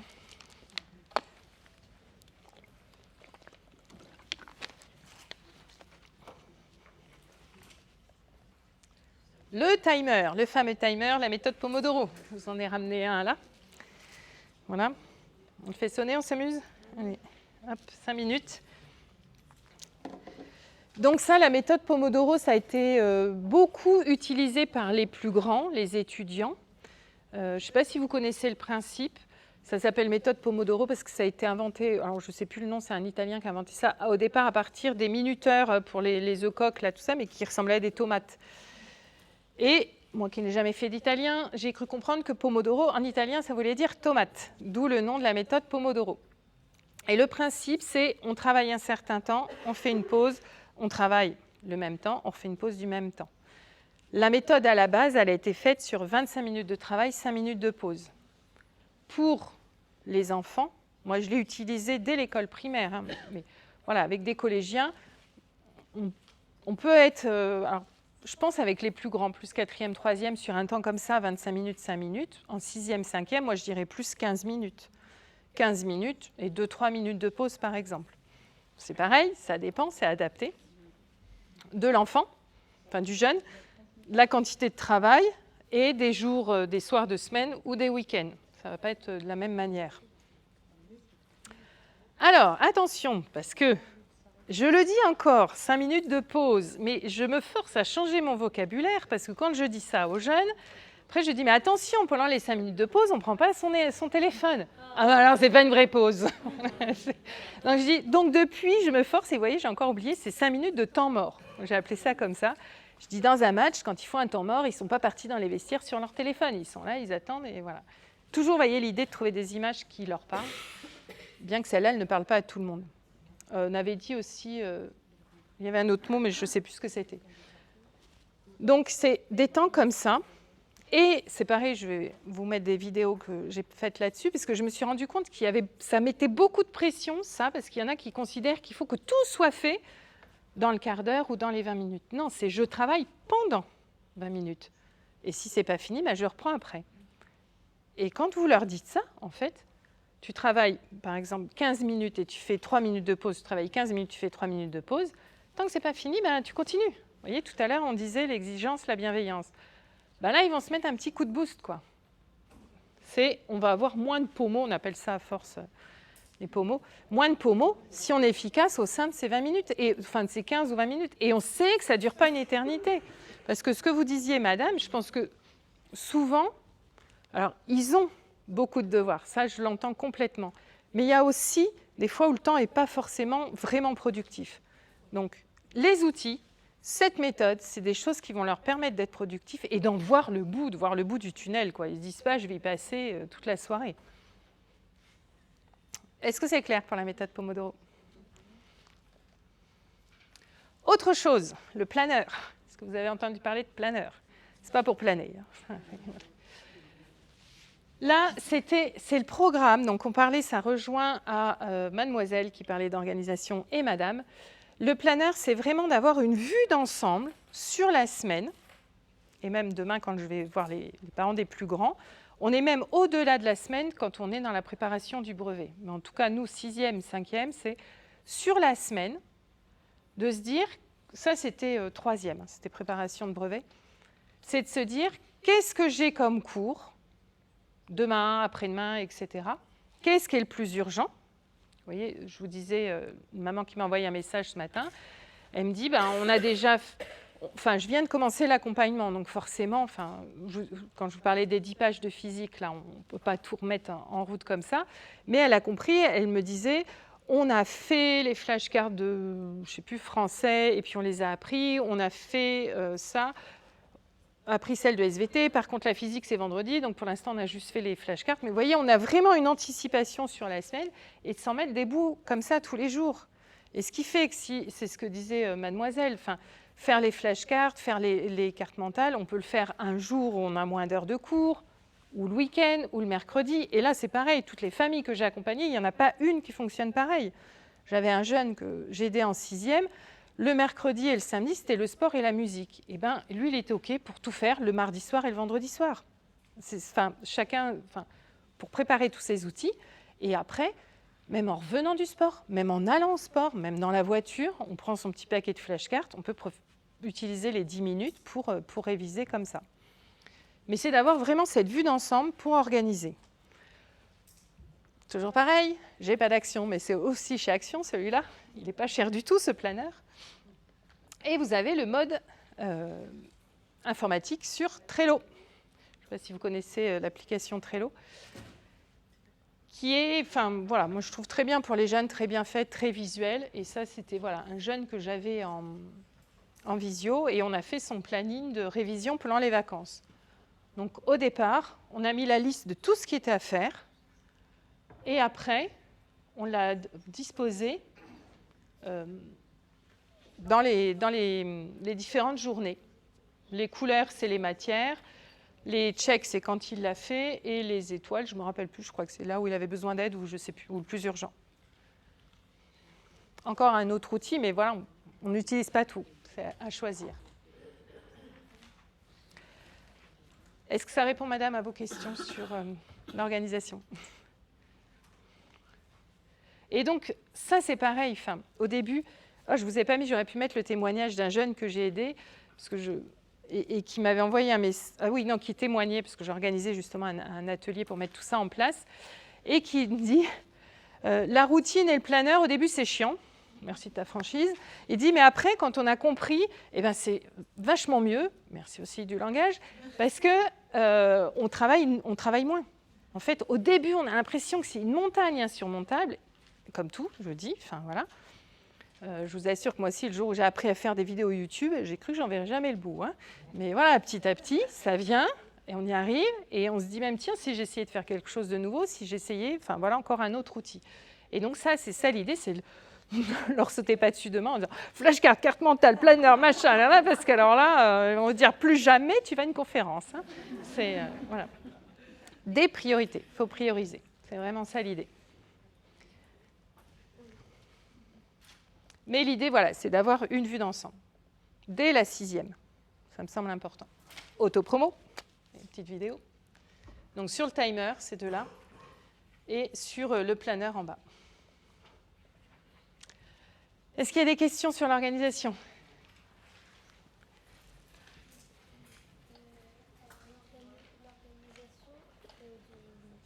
Du rangement.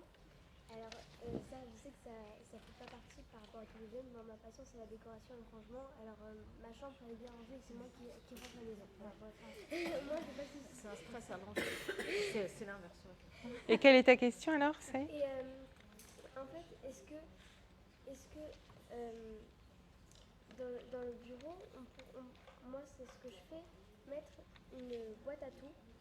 Donc, en fait, c'est quand la chambre est mal rangée, et qu'on n'a pas le temps de ranger, on met tout dans la boîte à tout, on fait les devoirs, et après, tout à fait.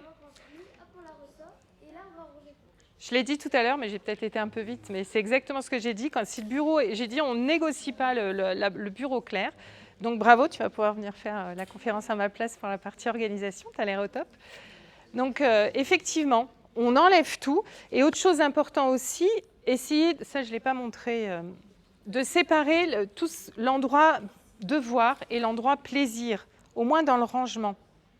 Au moins dans le rangement, au moins dans les moments, mais que ce soit bien identifié. Quand il est ou elle est en train de faire ses devoirs, elle n'est pas en train de faire de la déco, des bricolages, etc. Donc, on enlève tout. Pareil, pour que ce soit clair dans la tête et que ça connecte aux bonnes zones du cerveau. Quand, si vous arrivez à table pour venir manger et qu'il y a les brosses à dents sur la table, c'est peut-être comme ça chez certains, hein, je ne juge pas, mais le cerveau, il ne comprend plus. Alors que quand, avant de manger, on entend, on sent, on parlait des 5 sens, hein, on sent les odeurs qui cuisent, on entend les bruits de couverts, on entend tout ça, le cerveau se prépare déjà et commence à sécréter les hormones nécessaires à la digestion. Donc c'est pareil, c'est ça l'histoire des routines. C'est vraiment de se dire, si je fais tous les jours la même chose, avec une petite pause en rentrant, notamment pour débriefer au niveau des émotions, etc. Puis après, voilà, je ne sais pas, le travail le plus urgent, et après 5 minutes de petite révision de flashcards par matière, eh ben, ça va devenir beaucoup plus facile, beaucoup plus automatique. D'autres questions sur l'organisation ?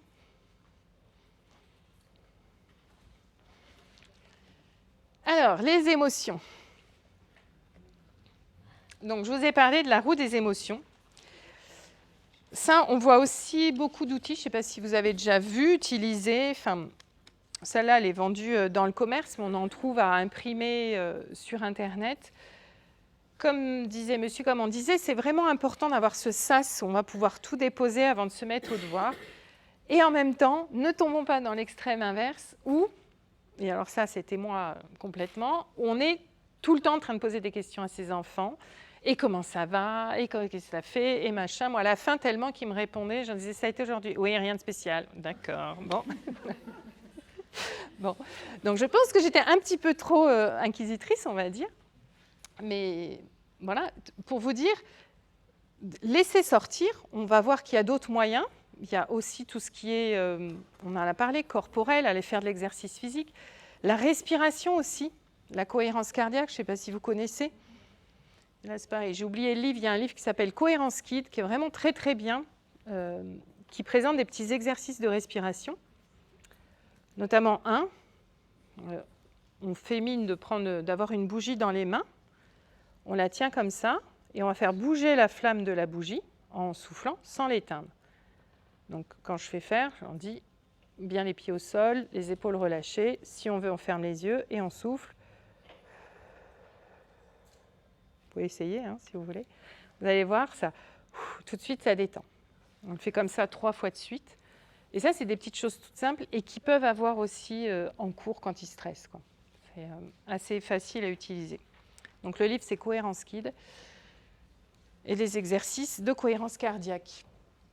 Et oui, ce que je voulais dire, du coup, sur les émotions, voilà, c'est important, mais ne cherchons pas à tout prix à mettre des mots, etc., parce que là, voilà, ça fait l'effet inverse. Par rapport aussi à cette histoire d'émotion, de confiance en soi, quelque chose de vraiment important aussi, c'est de célébrer les victoires. Parce que j'ai une maman encore dernièrement qui me disait, elle me dit, moi je me rends compte qu'en fait quand il réussit très bien, je lui dis, ouais, c'est pas mal. Et on parlait tout à l'heure de la dopamine qui est nécessaire, hein, parce que quand on réussit quelque chose, c'était la première vidéo sur ma chaîne où je disais que moi, ce qui m'a toujours plu, c'est quand je voyais les enfants faire « yes », vous voyez, ce « yes » de « j'ai réussi », j'y suis arrivée. Et donc ça arrive un moment où ils sont tellement submergés, tellement pleins de doutes qu'ils s'en prennent plus conscience, quoi. Ils ne sont plus comme les petits qui sont ravis de tout ce qui leur arrive. Donc rappelons-leur ça, qui viennent de réussir quelque chose, qui peuvent en prendre conscience, que c'est important. Et là, j'ai 2 choses à vous dire par rapport à ça. Un exemple, quand j'étais aussi en réseau d'aide, j'allais aider un groupe des plus jeunes, CE1, CE2, en lecture, qui avaient beaucoup de mal avec la lecture.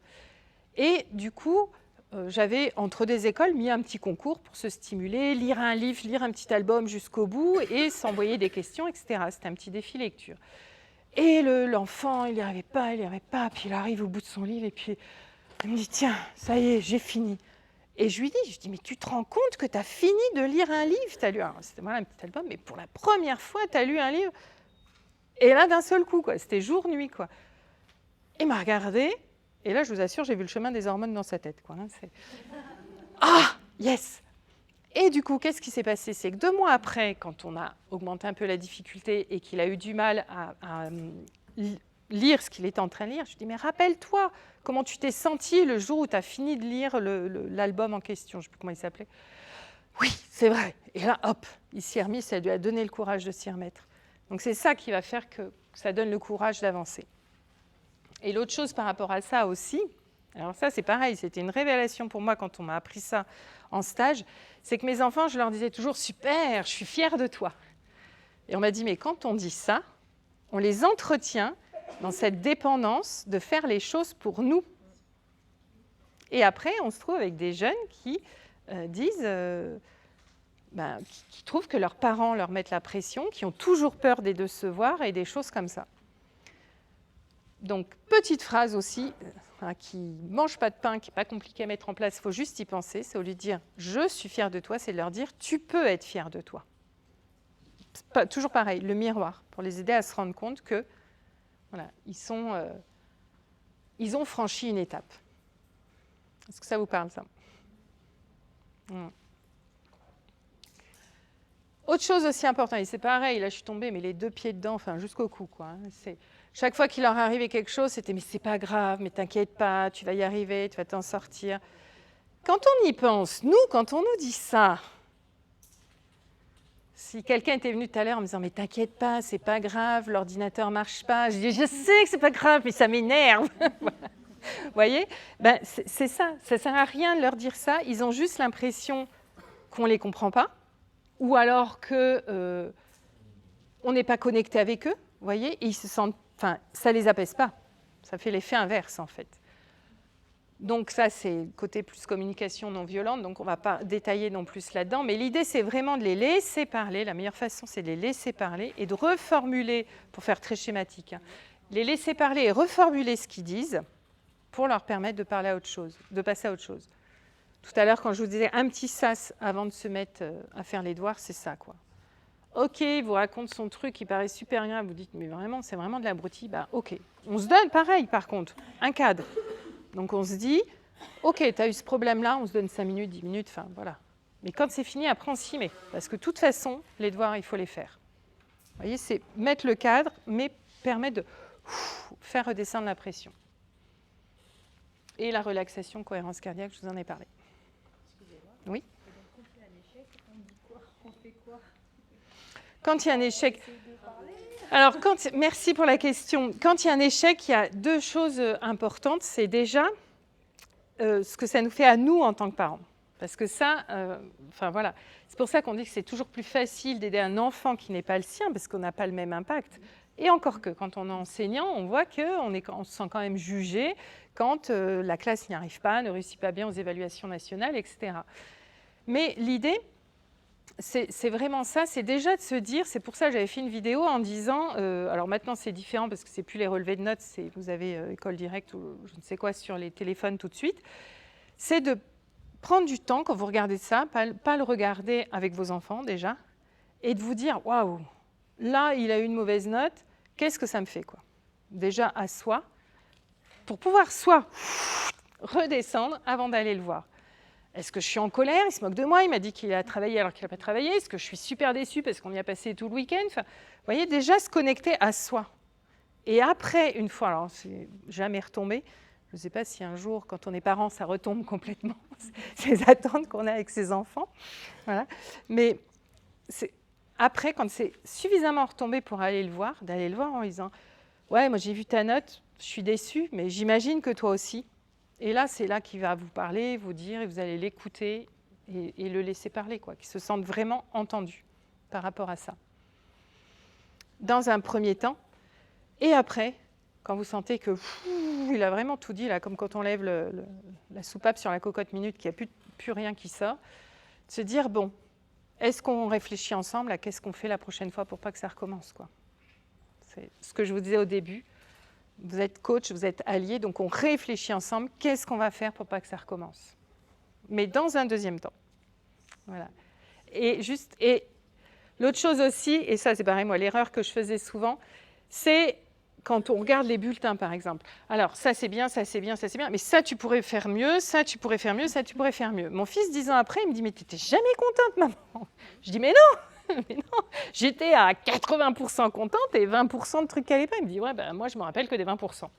Donc, ouais, si vous voulez, vous repenserez à moi dans 10 ans quand ils vous diront ça aussi. Mais séparer, le temps où on célèbre, bravo, génial, super, enfin, tu as fait tout ça. Ouais, effectivement, ça va pas bien, on en reparlera plus tard. Je suis consciente que ce que je vous dis là, c'est dans un monde idéal où on va super bien, on a passé une bonne journée au travail, on est détendu, on n'a pas des attentes exceptionnelles sur ses enfants. C'est toujours à adapter. Hein. Pour ça que je vous prends mes exemples de maman. Je suis passée par là et je sais aussi voilà, qu'on fait ce qu'on peut. Oui, monsieur. Oui, non, je voulais rebondir sur ce que vous disiez en disant que bon, bah, là, vous étiez un peu déçu, que c'était un échec. Est-ce qu'on ne leur rentre pas aussi, s'ils retombent sur le même problème, que ce soit de nouveau un échec, que là, échec plus échec, c'est dur à encaisser. Alors, je ne suis pas sûre d'avoir tout compris. Quand on leur dit « je suis déçu », c'est pas grave, là, il y a eu un échec, mais bon, ça ne se reproduira pas en théorie, quoi. alors je me suis mal exprimée, c'est pas ça que je veux dire. C'est de reconnaître déjà, de leur dire qu'on est déçu, parce que on fait comme si on ne l'était pas. Mais eux, moi j'aime bien dire qu'ils sont branchés en Wi-Fi avec nous. Hein. Ils ressentent tout ce qu'on ressent, et ils le ressentent de toute façon quand on est déçu. Donc pour moi, c'est déjà leur dire « je suis déçu ». Et je crois en toi, et on va trouver des solutions. Alors, peut-être pas la prochaine fois, et peut-être que la solution, après, ça viendra dans l'orientation, peut-être, vous voyez, mais c'est de dire, je suis déçue par ce qui s'est passé, par comment je vais dire ça, la non-adéquation entre ce que tu as fait et le résultat obtenu, mais ce n'est pas toi, mon enfant, qui me déçoit. Parce qu'après, eux, c'est ça qu'ils se mettent dans la tête. Ils se disent qu'ils nous déçoivent. Donc, c'est pour ça que c'est important de leur dire, mince, je suis déçue, ça n'a pas marché ce qu'on a fait, quoi. C'est ça. Merci de repréciser. D'autres questions ?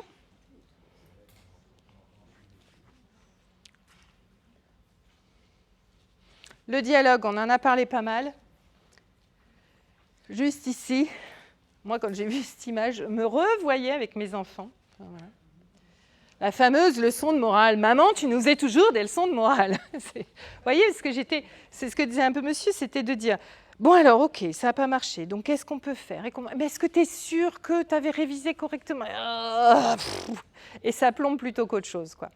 Donc, c'est pour ça que je dis, déjà, occupons-nous, de l'effet que ça nous fait à nous. On arrivera moins avec cette cape de Zorro, de sauveur qui veut tout régler. Deuxième chose, écoutons-les vraiment ce que ça leur fait. Et après, dans un autre temps, un troisième temps qui peut même être différé le lendemain, etc., cherchons des solutions ensemble. Tout à l'heure, monsieur disait quand est-ce qu'il faut privilégier tel outil ou tel outil. Prenons ton évaluation et au lieu de dire tu vois, tu as eu 5 sur 20, tu n'as pas appris, c'est dire on regarde vraiment qu'est-ce qui n'est pas su. C'est la partie apprendre par cœur, c'est les exercices que tu n'as pas su refaire, c'est tu avais oublié les méthodes pour résoudre les exercices, enfin, voilà. Et comme ça, après, on va pouvoir aiguiller. Après, c'est compliqué quand tu nous dis qu'il a appris, qu'on sait qu'il n'a pas appris, on a vu qu'il n'a pas... L'idée, c'est c'est pour ça, par exemple, les flashcards, c'est l'exemple, il va se rendre... Alors, il y a deux choses. Ils peuvent des fois être consciemment ou inconsciemment lucides sur le fait qu'ils n'ont pas appris, mais ils ont tellement peur de nous décevoir parents qu'ils nous disent qu'ils ont appris. Ça, c'est la première chose. Donc, c'est pour ça qu'on va travailler plus là par rapport à cette histoire de confiance en soi, etc. Après, la deuxième chose, c'est qu'ils pensent vraiment avoir appris, parce qu'ils l'ont regardé 15 fois, la fiche. Mais là, moi, je vous regarde. Si je me retourne, je vais dire, là, il y a une blonde, là, il y a une brune, tout ça. Mais demain, est-ce que je vais m'en rappeler ? Vous voyez, je ne m'en rappellerai pas. Donc, quand on regarde la leçon, on reconnaît. On ne connaît pas, on reconnaît. Et ça, ils ne s'en rendent pas compte. Donc, c'est ça aussi l'intérêt de tous ces outils, c'est qu'eux-mêmes se rendent compte, quand ils sont de bonne foi, qu'ils se rendent compte, est-ce que je connais vraiment ou pas ? Ça répond ?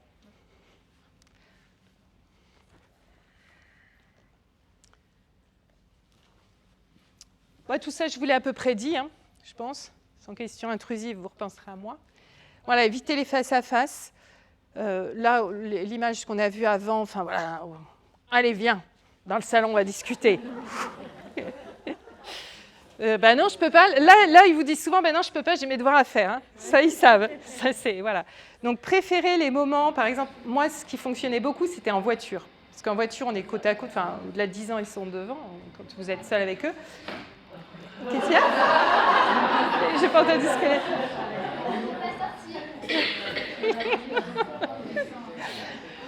Excellent. Ou alors ils prennent le téléphone parce qu'ils n'ont pas eu de la journée. Ouais. Alors, mais oui, on va y revenir ça. Mais voilà, en voiture. Alors, justement, pas le moment où ils reviennent, pas vous allez les chercher au collège et dans la voiture, mais à d'autres moments. Vous voyez, enfin, je sais pas comment ça marche ici. Vous êtes dans une grande ville, mais vous allez faire des courses, vous allez faire quelque part. Enfin, voilà, c'est des moments autres où la pression, elle retombe. Ils ne sont pas comme là, sous les projecteurs. Hein, c'est pas eux qui sont là devant et il faut répondre quelque chose. C'est, bah tiens, papa, maman, il est en train de penser à autre chose. Et ça se fait de manière beaucoup plus fluide. Ou, là, quand on fait quelque chose ensemble. Alors, j'imagine que vous n'allez pas forcément cueillir des murs, mais enfin, voilà, vous faites quelque chose avec votre enfant, puis ça, c'est pareil. Il ne faut pas qu'il le prenne comme un piège. Ah, elle m'a emmené ou il m'a emmené faire ceci, cela pour me parler de l'école. Bah, c'était bien la peine, ta sortie, merci, quoi. Donc, que ça se fasse de manière fluide. Et quand ça se fait de manière fluide, alors je vous rassure, moi j'ai dû commencer à faire ça, mes enfants devaient avoir 18 et 20 ans. Mais il n'est jamais trop tard. Hein. C'est, voilà. Un peu plus jeune, ouais, puisqu'ils étaient encore à la maison. Mais quand ça a commencé à se faire de manière fluide, mais j'ai vu, mais en, je sais pas, un mois, vraiment changer du tout au tout. Quoi, hein. Le dialogue s'est beaucoup plus ouvert. Et d'un seul coup, au lieu de me dire rien de spécial comme tous les jours, c'est eux qui se sont mis à me raconter, à me faire confiance. Et c'était vraiment beaucoup fluide, limpide et une plus grande complicité. Donc, il faut le temps. Mais quand ça marche, je vous assure que c'est vraiment formidable. Et aujourd'hui encore, on fonctionne comme ça du coup. Voilà. Alors, la seule chose dont je n'ai pas parlé, c'est utiliser des phrases positives. Je ne sais pas si vous connaissez le fameux exercice « Ne pensez pas à un éléphant rose ». À quoi vous pensez? Un éléphant rose. Donc, quand on dit... alors, je ne sais pas, les exemples qui me viennent, ça va être plus avec des petits ou en cours, en classe, quand on leur dit « Mais arrêtez de parler ». Qu'est-ce qu'ils entendent? Parler. Vous voyez, donc, essayez de formuler toujours de manière positive. Arrête d'être lent. Vous voyez, il y a le mot lent, quoi. Donc, ça, c'est important pour le cerveau aussi, pour qu'il imprime mieux. Oui, parce que si on lui dit que tu es trop lent, il se rend dans la tête qu'il est trop lent aussi. Donc, Oui, les étiquettes, exactement. Ouais. C'est... on peut faire des phrases « Alors, ta vitesse n'est pas adaptée à l'exercice ». Là, il va nous dire qu'est-ce qui se passe. Non, mais voilà. Après, on peut lui dire, on revient à ce qu'on disait tout à l'heure sur le résultat, c'est-à-dire, on a, et ce que disait madame, on a, je ne sais pas, ce soir, 45 minutes par exemple pour les devoirs. Il faut qu'on trouve une solution pour que ça tienne dans ces 45 minutes-là. Là, il n'y a pas de tu es trop lent, tu es pas. Enfin voilà, c'est. Et vous voyez, ce n'est pas accusateur, quoi. C'est faut qu'on trouve une solution. Il n'y a pas, parce que les devoirs, il faut faire, parce que je ne sais plus qui disait, les soirées ne sont pas extensibles, donc il faut qu'on trouve des solutions.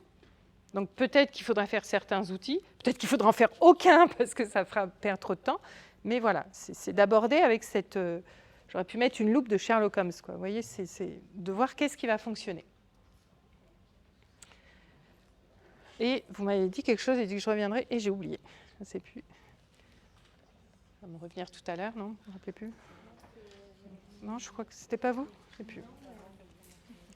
Bon, c'est pas grave, ça va revenir. Ah, voilà, je savais bien. Voilà. Donc oui, le téléphone, madame disait le téléphone en voiture. Donc c'est pour ça que je suis revenue sur le fait que quand je dis un bon endroit, par exemple, c'est la voiture, mais pas tout de suite, ne leur sautez pas dessus quand ils sortent de l'école.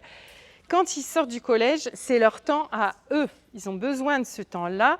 Ils ont besoin d'avoir ce temps pour faire tout ce qu'ils se sont retenus de faire dans la journée. Et là, je vous renvoie au début de la conférence. Le cerveau n'est mature qu'à... Ah, j'aime pas. Bon, vous dormez un petit peu, mais... donc, ça veut dire que toute la journée, on leur demande de se contrôler, de se taire, de ne pas bouger, ou de bouger assez vite à la sonnerie, de rester assis, de sortir ça, de sortir truc, d'écouter et d'écrire en même temps. Ils arrivent, vous voyez, c'est... Donc, certains vont exploser, certains vont faire les locks sur leur lit. Laissez-leur un temps, et ça rejoint ce qu'on disait avec madame, c'est pareil, ça dépend. Certains, si on leur laisse un trop gros temps, là, pour le coup, ils ont vraiment verrouillé le cerveau, il n'y a plus rien et on ne pourra plus rien faire. Donc, c'est à adapter, à faire des essais sur une semaine, par exemple. Je te laisse, quand on revient du collège, tu as un quart d'heure. Ah non, on essaye toute la semaine. Non, un quart d'heure, c'est trop court. OK, une demi-heure.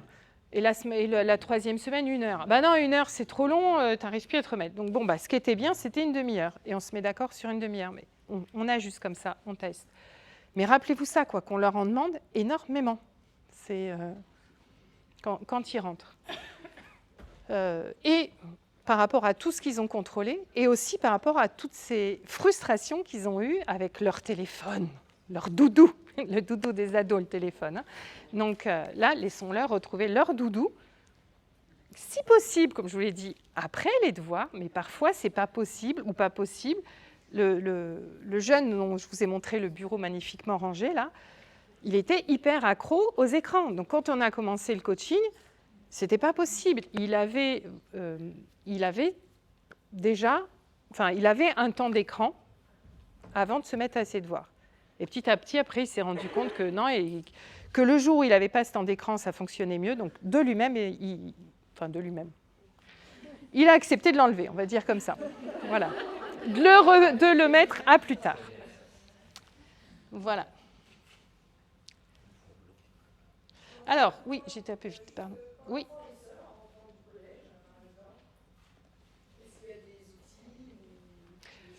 Oui. D'ailleurs, il me manque un bout dans mon diapo parce que j'avais les routines à vous présenter. Ce que j'étais en train de me dire, je vais regarder après. Oui, je parlais tout à l'heure de mettre une routine en place. Ça, on peut l'élaborer avec l'enfant sur les vacances, etc.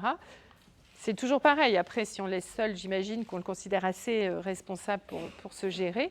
Et une routine, on a défini ensemble à quelle heure il rentre, combien de temps dure sa pause, qu'est-ce qu'il fait pendant sa pause, à quelle heure il se met à ses devoirs. Si on décide d'utiliser la méthode Pomodoro, des temps de travail de combien de temps, des temps morts de combien de temps, etc. Et on donne le cadre comme ça. Ça peut être aussi, ce qui est important, c'est qu'ils sentent qu'ils sont acteurs, qu'ils prennent des décisions, qu'ils ont du choix. Donc, je vous ai parlé du choix des outils, mais ça peut être aussi la question que moi je pose à chaque fois, c'est par quoi tu veux commencer? Les tâches les plus faciles ou les tâches les plus difficiles? Et ça, c'est vraiment du 50-50, quoi. Il y en a qui préfèrent commencer par le plus difficile parce que, c'est pareil, on fait des tests, ça ne vient pas forcément tout de suite comme ça, ils ne se connaissent pas forcément tout de suite comme ça. Mais ils préfèrent commencer par le plus difficile parce qu'ils se disent qu'après, ils seront trop fatigués, trop déconcentrés, ils n'y arriveront pas. Et il y en a à l'inverse qui aiment bien, ce jeune dont je vous parle, comment il appelait ça? L'échauffement, la tâche échauffement, c'était quelque chose, il était sûr que ça allait être facile, qu'il allait réussir, que ça n'allait pas le mettre en difficulté, et ça le motivait pour la suite. Donc ça, voilà. Et ça peut être dans la routine. Je commence par mon truc le plus dur, ou je commence par la tâche échauffement, je commence par tout ce que je peux faire tout seul, et je garde à la fin si j'ai besoin d'aide quand mes parents rentrent. Voilà. Donc, le dernier point par rapport à l'aide extérieure. Avec tout ce qu'on vient de dire, c'est peut-être aussi, je ne sais pas si vous avez déjà fait appel à quelqu'un pour aider votre enfant par manque de compétences, manque de temps, etc. Moi, ce que je vous invite dans ces cas-là, voilà, c'est ce que je voulais vous rappeler. On peut très bien être un très bon coach scolaire en tant que parent pour son enfant, donc un très bon parent, sans se mettre une seule fois à faire ses devoirs avec lui. Vous voyez, dans tout ce que je vous ai proposé, ça fait lien avec ce qu'on vient de dire, madame, vous pouvez vous mettre, pendant les vacances, à prévoir les routines, à lui expliquer comment faire des cartes mentales, des flashcards, etc. Et qu'après, il les fasse tout seul ou il les fasse avec un étudiant que vous aurez fait venir pour l'aider. Mais l'étudiant, il ne va pas forcément savoir lui apprendre à apprendre, tout ce qu'on vient de voir. Donc ça va être à vous aussi de voir, puis vous qui connaissez votre enfant, ce qui fonctionne. Mais ça fait le lien, c'est ce que vous me disiez tout à l'heure, les soirées, ça peut être tout seul, ça peut être avec quelqu'un d'autre. Il y a plusieurs façons. Et les différents types d'aide, hein, ne pensons pas forcément tout de suite aide aux devoirs. L'aide aux devoirs, ben oui, c'est très utile pour ceux qui, on vient de dire, il y en a qui arrivent à travailler tout seuls, d'autres non, qui vont être découragés tout seuls. Ce n'est pas la même chose que du soutien. Quelqu'un qui vient faire du soutien, ça veut dire qu'il ne vient pas juste aider à mettre... quel exemple je peux vous... oui, c'est rattraper les lacunes. S'il y a eu des lacunes, ça peut être en même temps, il fait faire les devoirs, puis en même temps, il va expliquer ce qui n'a pas été compris ou ce qui n'a pas été compris des années d'avant. On a parlé de confiance en soi, d'estime de soi, etc. Là, effectivement, ce n'est absolument pas l'aide aux devoirs qui va aider ça. Et on a parlé, voilà, ça va avec la même chose, d'espace de parole pour l'enfant ou pour soi aussi. Parce que des fois, c'est ce que je vous ai dit tout à l'heure, on a tellement de crainte pour nos enfants qu'on se met tellement la pression et que sans s'en rendre compte, on leur met aussi beaucoup la pression. Alors, des questions? Je conclue. Oui. Pardon? Je me demandais si vous alliez nous mettre le sketch de Florence Foresti sur les devoirs. Que l'accouchement, c'est juste une charne et que ouais. Les devoirs, c'est... Oui, c'est ça. Oui, c'est vrai. Monsieur, vous aviez une question?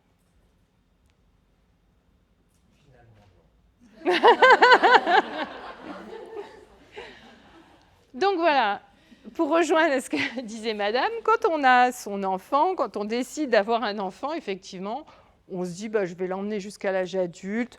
Du moment qu'il n'attrape pas trop de microbes, qu'il n'y a pas trop de soucis, ça devrait se faire tout seul.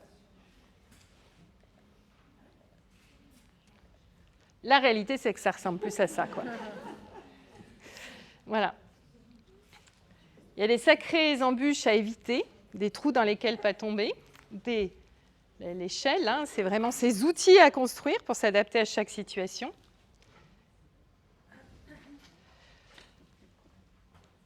Donc, votre enfant, il va avoir besoin de vous à chaque fois qu'il va tomber dans ces pièges. Voilà. Ça veut dire que, par exemple, ici, si on lui dit « Ah, mais t'es tombé dans le trou, tu vois bien, tu aurais pu faire attention, etc. » Ce n'est pas ça qui va l'aider à en sortir. Au contraire, il va se culpabiliser encore plus d'être tombé dedans. Après, l'échelle, c'est ça, c'est « Ah, t'as ce précipice à passer, bon, on va trouver l'échelle qui te convient bien, qui va te convenir pour toi. » Troisième, je vais t'apprendre à ramer, par exemple. Et le quatrième, malgré tout, c'est comme aujourd'hui, on a tout prévu, mais il y a l'imprévisible qui arrive, quoi. Voilà. Et comme on l'a dit, il a aussi et surtout besoin qu'on célèbre avec lui les victoires. Chacune des petites victoires, je vous ai expliqué ça, la dopamine, etc., qu'on ne lui dise pas juste, je te dirai bravo quand tu seras arrivé au bout. Parce que là, le risque, c'est qu'il n'arrive jamais au bout, quoi. C'est qu'il se décourage avant. C'est donc l'idée de l'encourager tout le long. Donc voilà, pour moi, si vous avez une seule image à retenir de ce soir, c'est celle-là. Voilà, je terminerai là-dessus.